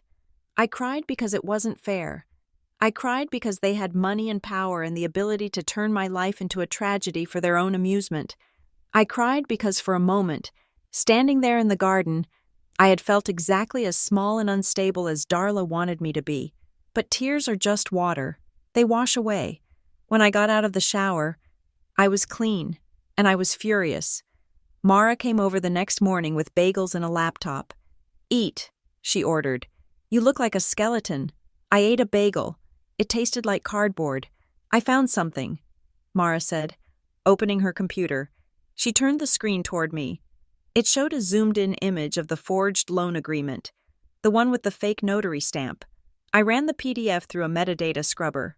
Mara said, usually, people are smart enough to scrub the file properties. But Graham? Or whoever he hired? They got lazy. She pointed to a line of text in the code. Print job ID 4492. Device Canon IR-ADV C5560. Network ID MVHQ exec PRT02. What does that mean? I asked. It means this document wasn't scanned from an external source. Mara said, it was printed and scanned on a machine named MVHQ exec PRT02, Mercer and Vale Headquarters, Executive Printer 2. I translated. Exactly. And look at the timestamp. October 14th, 9:42 a.m.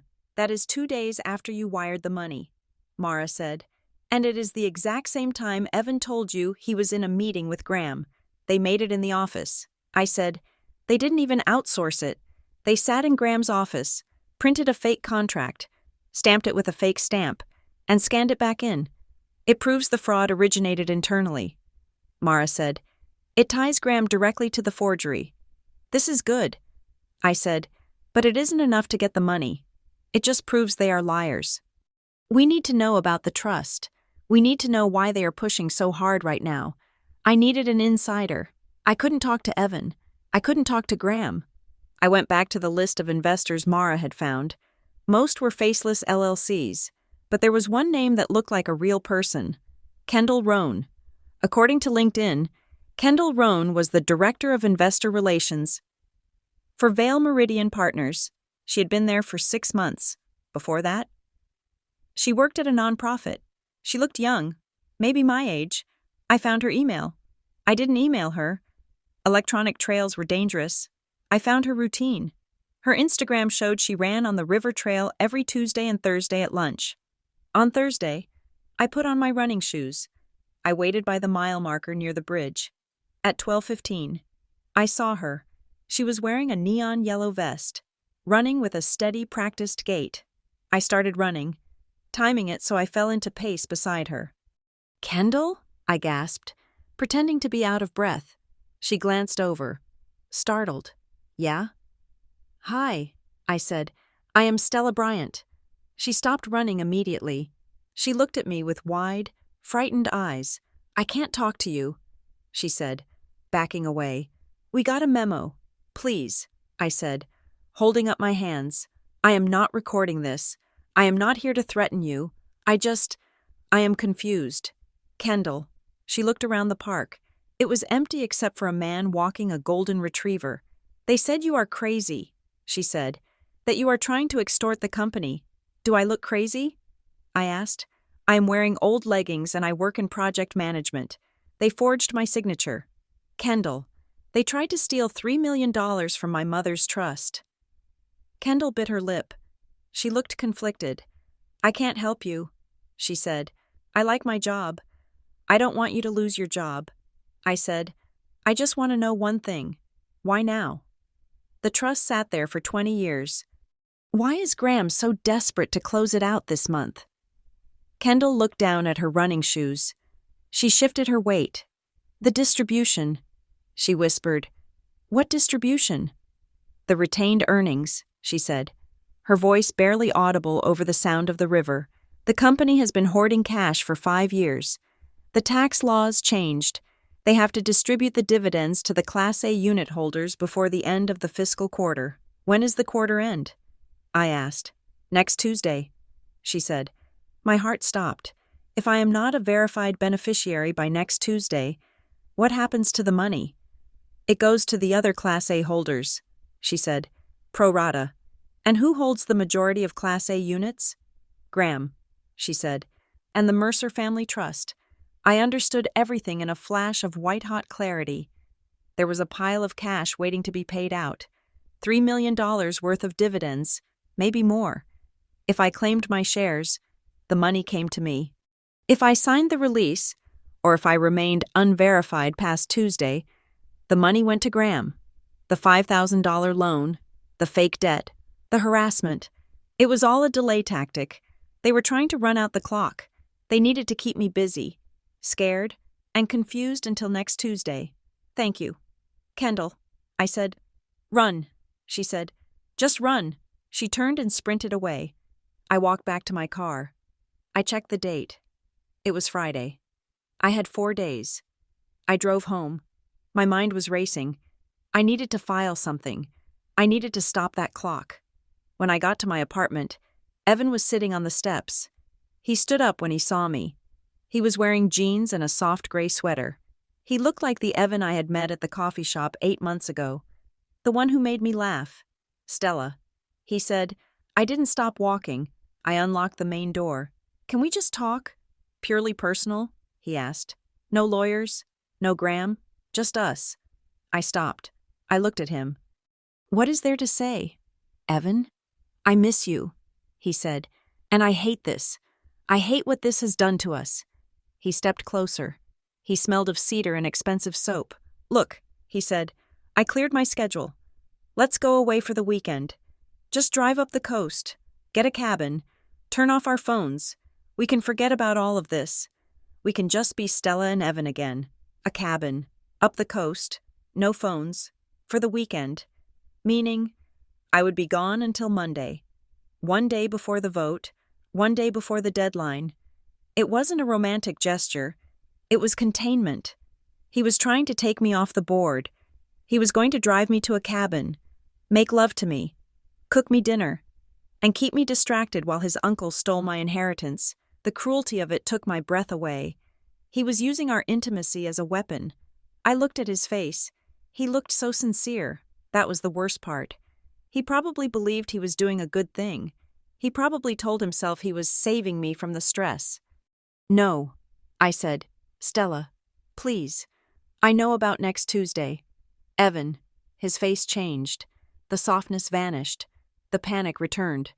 What? I know about the distribution vote. I know about the dividends.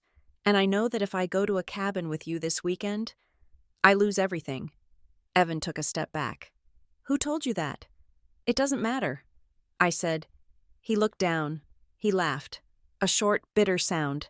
I tried. Stella, I really did. I tried to give you a soft landing. Graham wants to crush you. I just wanted to get you out of the way so you wouldn't get hurt. You wanted to help him rob me. I said, because it is easier than standing up to him. It is $3 million. Stella, he snapped. It is family money. It belongs in the family. You are just...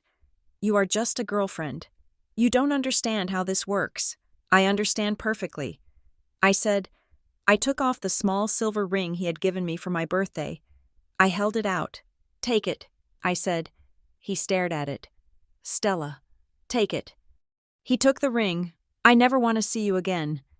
Evan, not because you borrowed $5,000, but because when it came down to a choice between the truth and your trust fund, you chose the money. You are weak, and I can't be with a weak man. I walked inside and let the heavy security door slam shut between us. I listened. I heard his footsteps walking away. I didn't cry this time. I felt light. I felt clean. I called Calvin. We have to move. I said, now. I told him about the Tuesday deadline. I told him about the distribution. That is the trigger. Calvin said, that is the motive. Can we stop it? We can file an emergency petition, he said. A petition to compel trustee disclosure and a temporary restraining order on the distribution of assets. We freeze the money. Do it, I said. It means suing the trust. Stella, it means suing Hollis Crane, and it means naming Mercer and Vale as interested parties. It is a declaration of war. I looked at the empty spot on my finger where the ring used to be. Draft it, I said. I will come sign it tonight. I drove to Calvin's office at 10 o'clock at night. The city was asleep, but the lights in his office were blazing. He handed me the document. Superior Court of the State Petitioner, Stella Marie Bryant. Respondents, Hollis Crane. Trustee, Mercer Vale, Freight LLC, Graham Vale. Nature of action, breach of fiduciary duty, fraud, emergency injunctive relief. I read the charges, fraud, conspiracy, forgery. It wasn't a defense anymore. It was an attack. I picked up the pen. My hand didn't shake. I thought about Darla in the garden. I thought about Evan on the steps. I thought about my mother, hiding her letters in a lockbox, afraid of these people. She had been afraid. I wasn't. I signed my name. Stella M. Bryant. Calvin took the paper. I will file this at 8 a.m. Monday morning, he said. By 9 a.m., every asset they have will be frozen. Good, I said. I walked out into the cool night air. I had no boyfriend. I had no job. I had a landlord who thought I was a criminal. But for the first time in 2 weeks, I knew exactly who I was.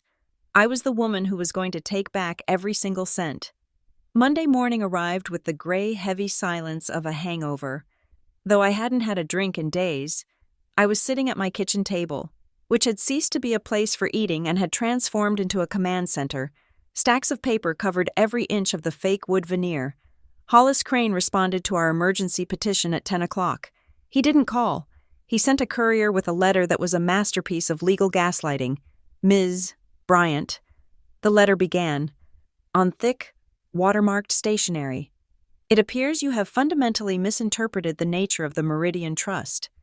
While there is a discretionary provision for a beneficiary who meets certain character and identity criteria, your aggressive litigation suggests a fundamental misunderstanding of the grantor's intent. He was calling me unworthy. He was saying my mother wouldn't have wanted me to have the money because I was fighting for it. However, the letter continued, to avoid the nuisance of protracted litigation and to assist you in your current financial distress, the trust is willing to offer a one-time hardship distribution of $25,000. This is contingent upon the signing of a comprehensive non-disclosure agreement and a full release of claims. $25,000. A week ago, they offered $100,000. Now, because I had sued them, they were lowballing me. It was a punishment. It was a message. Get back in your box, or we will starve you out. I handed the letter to Calvin, who was pacing my small living room, avoiding the piles of laundry I hadn't folded. He laughed. It was a dry barking sound. They are terrified, Calvin said. They cut the offer by 75%. I said, that doesn't look like fear. It looks like arrogance. No. Stella, look at the language, Calvin said, tapping the paper. Nuisance of litigation. They are trying to make it look small. But look at the deadline. They want this signed by Wednesday at 5 o'clock. Why Wednesday? Because the distribution vote is Thursday. Calvin said, they need you gone before the board meets. They are trying to buy your signature for pennies on the dollar because they know if you are still standing on Thursday, they can't move the $3 million. That afternoon, the doorbell rang. I expected another courier. Instead, a man in a windbreaker handed me a thick envelope. "You have been served," he said. I looked at the cover sheet. Plaintiff, Mercer Vale. Freight LLC. Defendant, Stella Marie Bryant. Cause of action: breach of contract, tortious interference, unjust enrichment. They were suing me.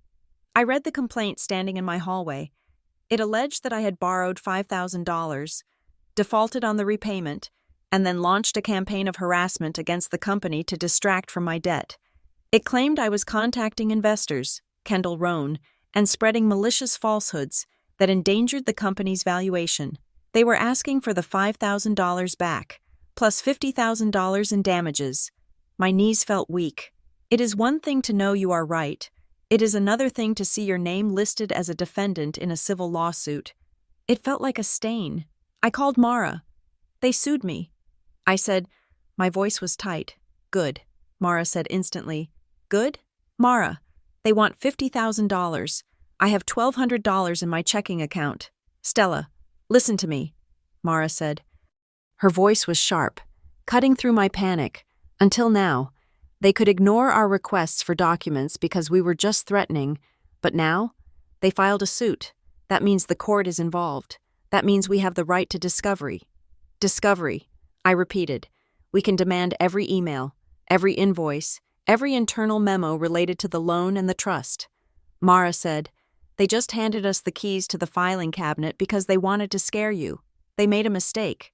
Calvin filed our answer the next morning, along with a counterclaim for fraud and a subpoena for records, because they had alleged interference with business relationships.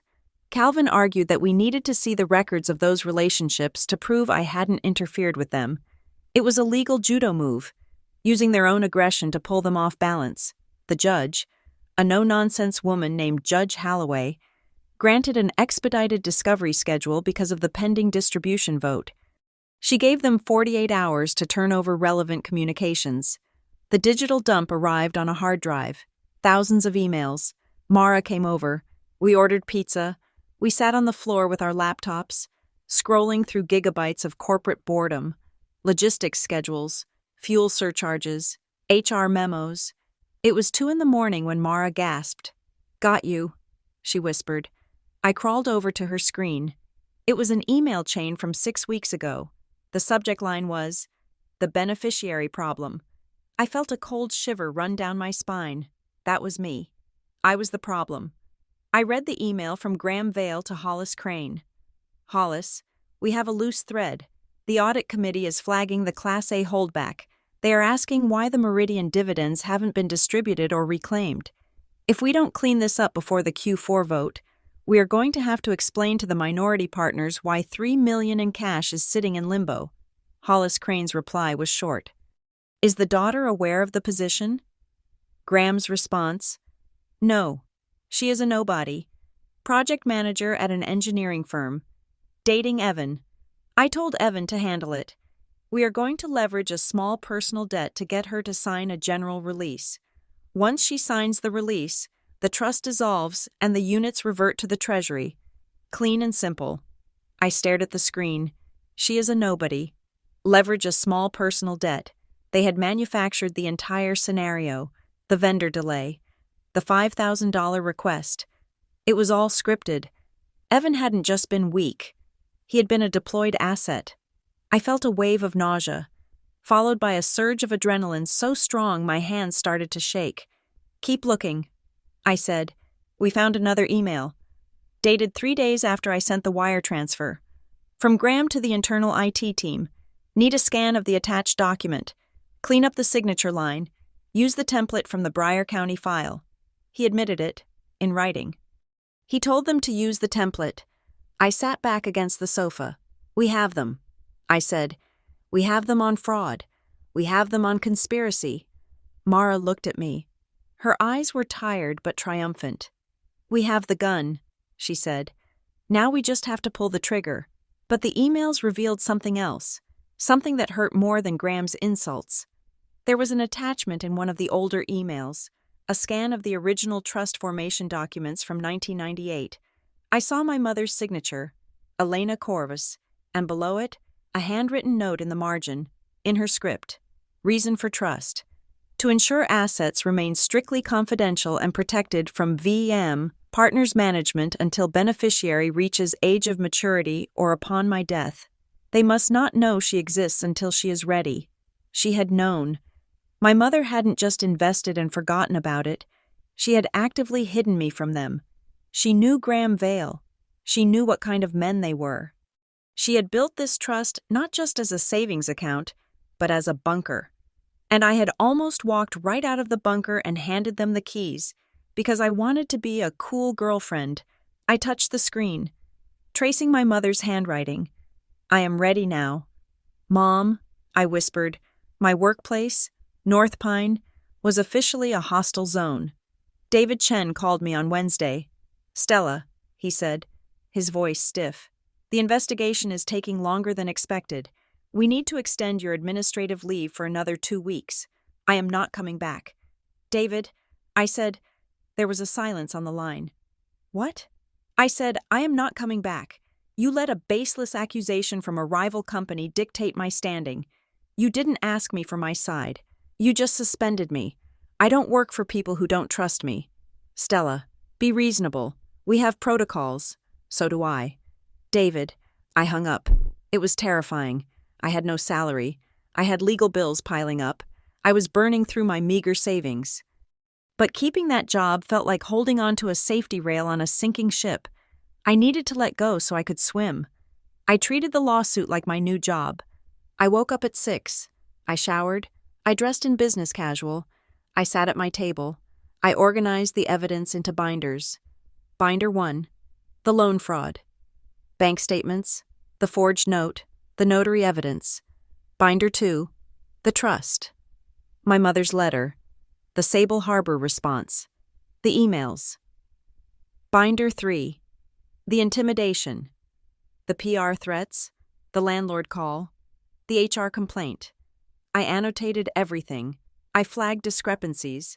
I built a timeline so detailed it accounted for every hour of the last 3 weeks. When Calvin saw the binders, he whistled. Remind me never to piss off a project coordinator. He said, Thursday was the mediation.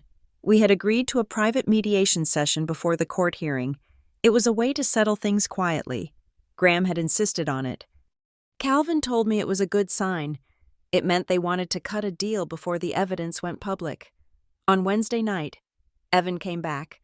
I was taking out the trash. He was standing by the dumpsters, wearing a baseball cap pulled low.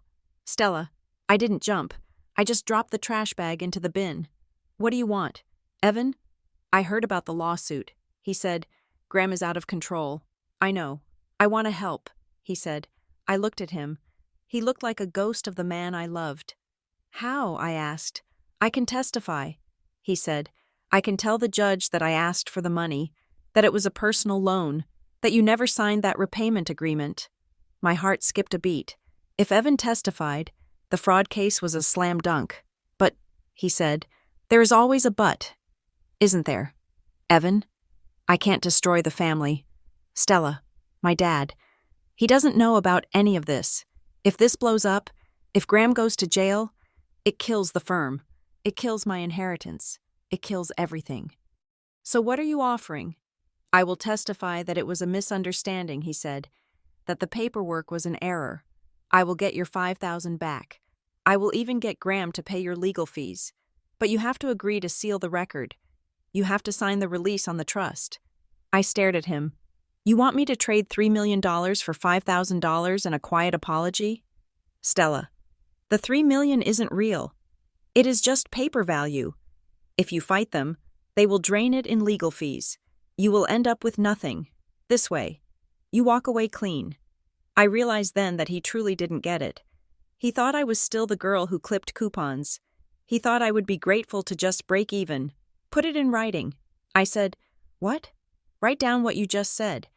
That Graham forged the document, but you want me to lie about it being an error. Write it down and sign it. I can't do that. Evan said, stepping back. That is conspiracies, exactly. I said. I walked back to the door. You are not caught in the middle. Evan, I said over my shoulder, you are standing right next to him. Thursday morning. The mediation was held at the offices of a neutral law firm downtown. High-rise, mahogany tables, a view of the harbor that cost $400 an hour. I wore my navy blazer. I brought my 3 binders. Calvin walked beside me, carrying a battered leather briefcase. We entered the conference room. They were already there. Darla Mercer sat on the left. She wore a suit that was softer, more feminine, a powder blue that screamed, "Innocent grandmother." She smiled at me, a sad, disappointed smile. Graham sat in the middle. He didn't look at me. He was reading a file, looking bored. Hollis Crane sat on the right. He was a large man with a red face and white hair, exuding the confidence of a man who had fixed problems for powerful people since before I was born. "Let's begin," the mediator said. He was a retired judge, a tired-looking man named Judge Prentice. Hollis Crane spoke first. "Your Honor," he said, his voice booming, "we are here to resolve a series of unfortunate misunderstandings. Ms. Bryant has been under significant personal stress, which has led to some imaginative interpretations of standard corporate procedures." He slid a paper across the table. "To show our good faith, the trust is willing to increase the hardship payment to $50,000. This will cover Ms. Bryant's alleged loan, her legal fees, and provide a cushion for her transition to new employment. In exchange, she will sign the release and dismiss her petition." Graham finally looked up. His eyes were cold chips of flint. "Take it, Stella," he said. "It is more than you made in a year at North Pine." I looked at the check. $50,000. I looked at Calvin. He nodded. I stood up. I opened binder 1. "Mr. Crane," I said. My voice was steady. "I rehearsed this in the shower. I rehearsed this in my car. I knew the script. You claim the loan agreement is valid. You claim I signed it. I did not claim that," Crane said smoothly. "The company records show." I held up the photo of the notary stamp. "This is the stamp of Loretta Simmons." I said, "She retired 4 years ago. She lives in Oak County. She has signed an affidavit stating she did not stamp this document." I slid the affidavit across the table. Crane didn't blink, but Darla shifted in her seat. "Administrative error," Graham said dismissively. My assistant grabbed the wrong stamp. I opened binder 2. I held up the printout of the metadata. "Your assistant grabbed the wrong stamp," I said, and then she scanned it on your personal printer. MVHQ XX PRT02, 2 days after the loan was supposedly issued. Graham's face turned a shade of red that clashed with his tie. "And then," I said, pulling out the email, "you sent this." I placed the beneficiary problem email in the center of the table. "We are going to leverage a small personal debt to get her to sign a general release." The room went absolutely silent. The hum of the air conditioning seemed to vanish. Judge Prentice picked up the email. He put on his reading glasses. He read it. Then he looked at Graham Vale over the rim of his glasses. "This is authentic?" the mediator asked. "We obtained it through discovery yesterday," Calvin said. Hollis Crane reached for the paper. Calvin slapped his hand down on it. "Evidence," Calvin said. Crane sat back. He looked at Graham. For the first time, the fixer looked like he realized he couldn't fix this. "Okay," Crane said. His voice was quieter. He leaned in. "What do you want, Ms. Bryant?" "I want the truth." I said, "I want you to admit that the debt is fake. I want you to admit that you tried to defraud me of my interest in the trust, and I want the full value of my shares." Graham slammed his hand on the table. "The shares are illiquid," he shouted. "You can't just cash them out. They are tied up in the operating capital. If we pay out $3 million now, it bankrupts the freight division. That sounds like a you problem." "Graham," I said. Calvin leaned forward. "Here is the reality. Gentlemen, we have fraud. We have forgery. We have a trustee conspiring with the company manager to defraud a beneficiary. If we leave this room without a deal, I am walking straight to the district attorney's office. This isn't just a civil suit anymore. This is criminal. Darla made a small, choking sound. Don't, she whispered. Please, think of the reputation. I looked at Darla. My reputation? I asked. The one you destroyed at the fundraiser? Or yours? Graham was breathing hard. He looked at Crane. Crane nodded slightly. Fine, Graham spat. He reached into his briefcase and pulled out a different document. We prepared this. Just in case. He slid it over. Settlement agreement. The company acknowledges the validity of the beneficiary's interest. The company agrees to pay the sum of $3 million. $3,000 sounds. Payment to be made in quarterly installments over 10 years. The beneficiary agrees to a strict confidentiality clause. No admission of wrongdoing. 10 years. I said, it is the best we can do. Graham said, we don't have the cash on hand. Take the structured payout. It is $300,000 a year. You can live like a queen. Just sign the NDA. I looked at the document. It was everything I had asked for financially. $3 million. But it was over 10 years, and it required my silence. It required me to let them get away with it. It required me to let Graham stay in charge. Let Crane remain a trustee. Let them do this to someone else. If I signed, I won, I got rich. But if I signed, I became their partner. I became someone who kept their secrets for a paycheck. I looked at my mother's letter in the binder. Don't let them tell you who you are. I looked at Graham. He looked smug again. He thought he had bought me. He thought everyone had a price. I closed the binder. No, I said. Graham blinked. Excuse me? I don't want installments. I said, and I don't want an NDA. You are refusing $3 million? Crane asked, incredulous. I am refusing your terms. I said, I don't trust you to pay me over 10 years. You will strip the company assets in year 2 and declare bankruptcy in year 3. I know how you work now, so what is the alternative? Graham sneered. You go to trial? You wait 2 years for a judgment? I stood up. I am filing the petition for the removal of the trustee tomorrow. I said, and I am attaching the emails to the public filing.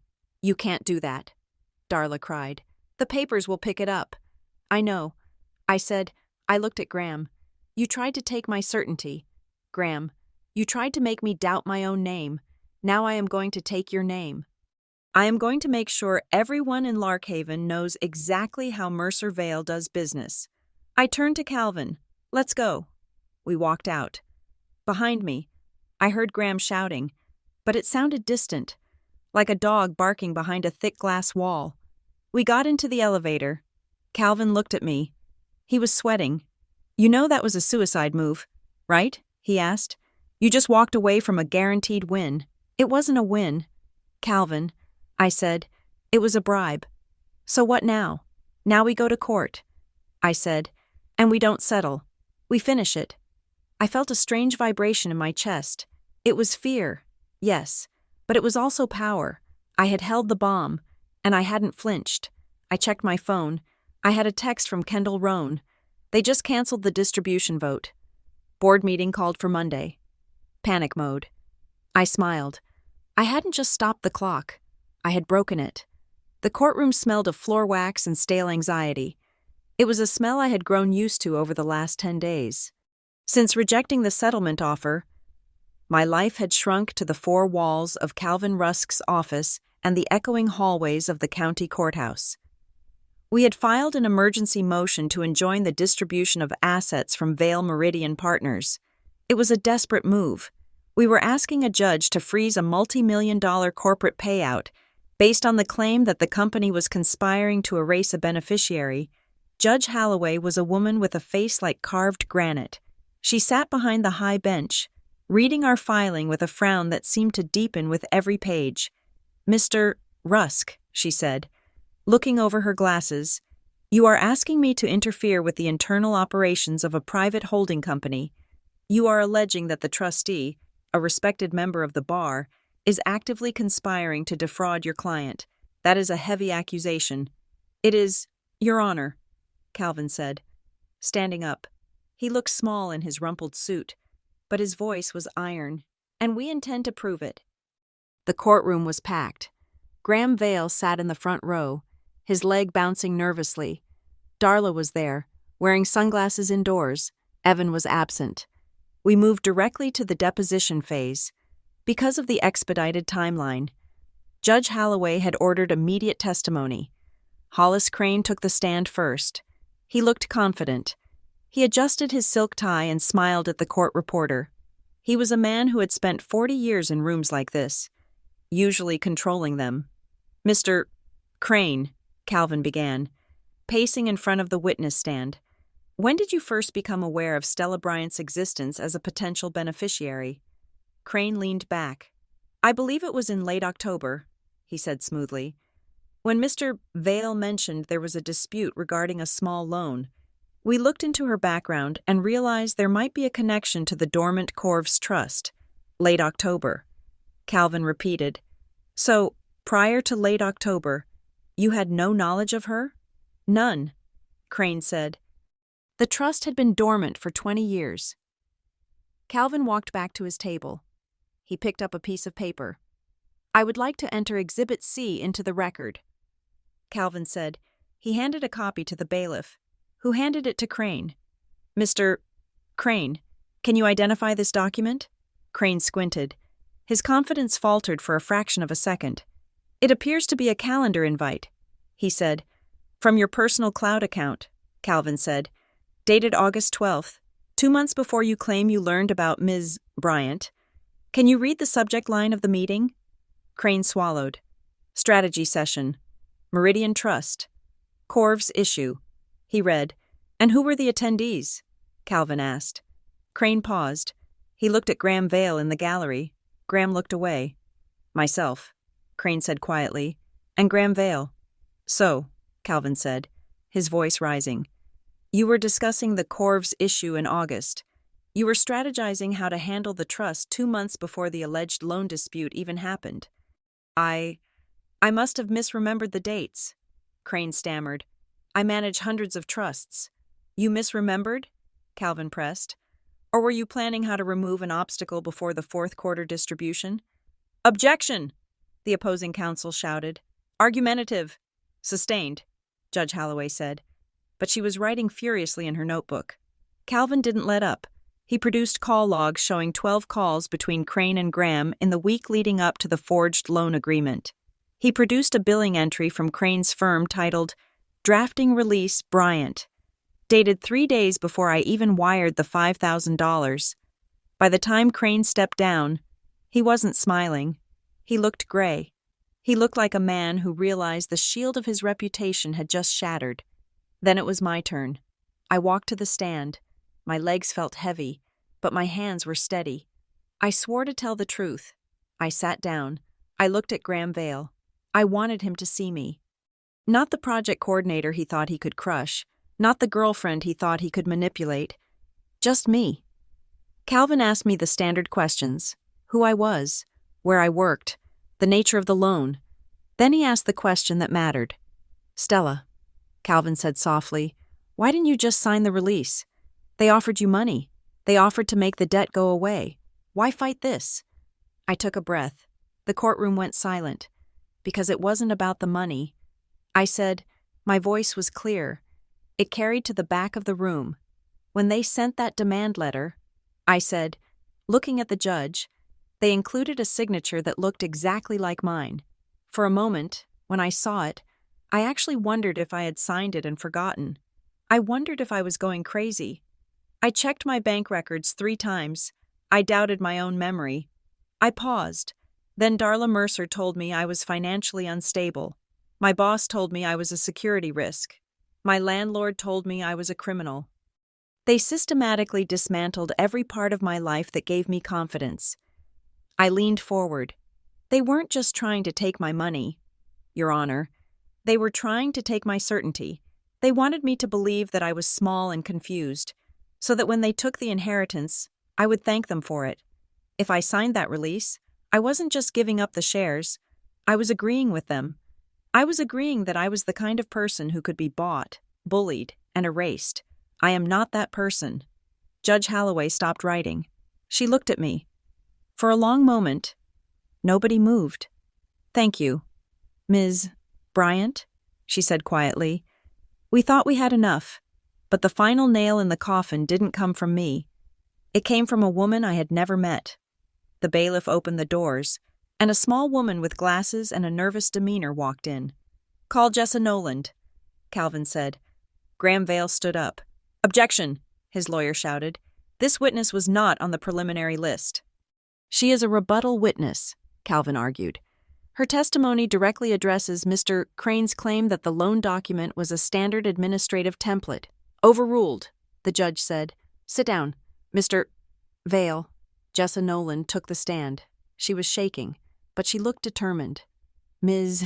Noland," Calvin said, "where were you employed until last month?" "I was a junior accountant at Mercer and Vale Freight." She said, "And why did you leave?" "I was terminated." She said, "Why?" "I asked a question about the vendor files." She said, "I noticed that we were paying invoices to a company called Coastal Spur Supply, but the payments were being routed back to a holding account controlled by the partners. When I flagged it as a potential error, I was fired the next day for insubordination." Calvin nodded. He walked to the defense table and picked up the forged loan agreement. "Ms. Noland, have you ever seen this document format before?"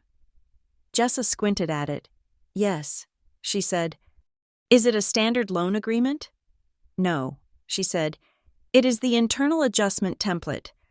"What is that used for?" She took a deep breath. "It is used when the partners need to move personal expenses onto the company books. They use that template to reclassify things like family vacations or car repairs as loans or consulting fees, so they can write them off. It is a tax dodge file. It is kept on a secure drive that only Mr. Vale and his executive assistant can access."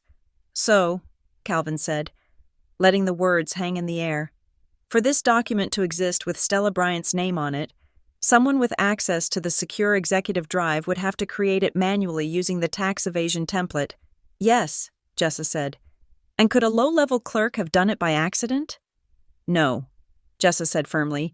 "You need a manager's password to even open that folder. Thank you. Ms. Noland." I looked at Graham. He was staring at the table, his face a mask of defeat. The clerical error defense was dead. The rogue assistant defense was dead. Jessa Noland hadn't just proven the forgery. She had exposed the mechanism of their entire corrupt empire. The ruling came 3 days later. Judge Holloway didn't just grant our motion. She dismantled the Mercer strategy with the precision of a surgeon. The court finds credible evidence of fraud, self-dealing, and a breach of fiduciary duty by the trustee. Hollis Crane. The order read, "The trustee is hereby removed effective immediately." She appointed a neutral, court-ordered fiduciary to take over the Meridian Trust. She ordered Vale Meridian Partners to produce a full, audited accounting of all assets within 30 days. She issued a temporary restraining order preventing Graham Vale from moving, selling, or encumbering any assets of the holding company until the audit was complete. It was a total victory, but the moment wasn't cinematic. There was no cheering. There was no confetti. I was sitting at work, my new work, which was just my kitchen table, when Calvin called me. "We got the order," he said. "Crane is out." "And the money?" I asked. "The interim fiduciary has already verified the shares," Calvin said. He confirmed the valuation. "The $3 million is real, Stella, and because the court ordered the audit, Graham can't hide it. He has to pay out the dividends. So, it is over?" "The fight is over," Calvin said. "Now comes the paperwork. The money didn't arrive as a giant novelty check. It didn't come in a briefcase. It happened quietly, over a series of weeks. First, the court-appointed fiduciary transferred the Class A units into my name. I was officially a shareholder. Then, the distribution happened. I logged into my bank account on a Tuesday morning, the same bank account where I had watched my $5,000 disappear months ago. I saw a pending wire transfer. Incoming wire. Meridian Trust distribution. Amount, $3,240,000. I stared at the screen. I refreshed the page. The number stayed there. $3 million. I sat there for a long time. I thought I would feel ecstatic. I thought I would want to scream. Instead, I felt a profound, heavy sense of relief. It was the feeling of putting down a backpack you had been carrying for 10 miles. I wasn't rich. I was safe. That was the difference. To the Mercers, money was a weapon. To me, it was a wall.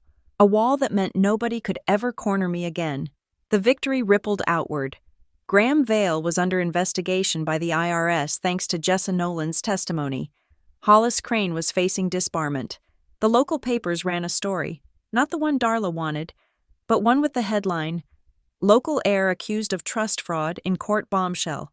And then, North Pine called. It was David Chen. "Stella," he said, his voice bright and cheery, as if the last month hadn't happened. "I have great news. The legal department has cleared the investigation. The anonymous tip was deemed malicious and unfounded. We are ready to reinstate you. Effective Monday. Full back pay." Of course, I held the phone to my ear. I looked around my apartment. I looked at the legal binders stacked on the floor. "I appreciate the offer." "David," I said, "we are really looking forward to having you back." He said, "The Riverside project is a mess without you. I am not coming back." "David," he paused. "Stella, be practical. You have a career here. We are offering to wipe the slate clean." "The slate isn't clean for me." I said, "You assumed I was guilty because it was convenient. You protected the company, not the employee. I understand why you did it, but I can't work for you anymore." "But what will you do?" he asked. "In this economy?" I smiled. "I'm going to take some time." I said, "I have a lot of paperwork to sort through." I hung up. I wasn't project coordinator Stella anymore. I didn't know who I was yet, but I knew I wasn't an employee who could be suspended on a whim. I paid off my student loans that afternoon. I paid off my car. I sent a check to Calvin Rusk for his legal fees, plus a bonus that made him choke up on the phone. I sent a check to Jessa Nolan, labeled consulting fee, enough to cover her rent for a year while she looked for a new job. Then, I faced the last ghost. Evan was waiting for me outside my building. He knew my schedule. He knew I went for a walk at 6. He looked better than he had at the dumpsters. He was shaved, wearing a clean shirt. He looked like the Evan who had charmed me. "Stella," he said. I stopped. I didn't cross the street. I stood my ground. "I heard about the ruling."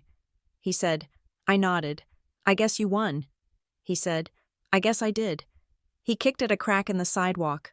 "Look," he said, "I know I messed up. I know I was slow to act, but I was scared. Stella, you know how Graham is." "I do." I said. "I am leaving the company," he said. "I am stepping down from the board. I am going to try to start something of my own, maybe a consultancy. That is good." "Evan," I said.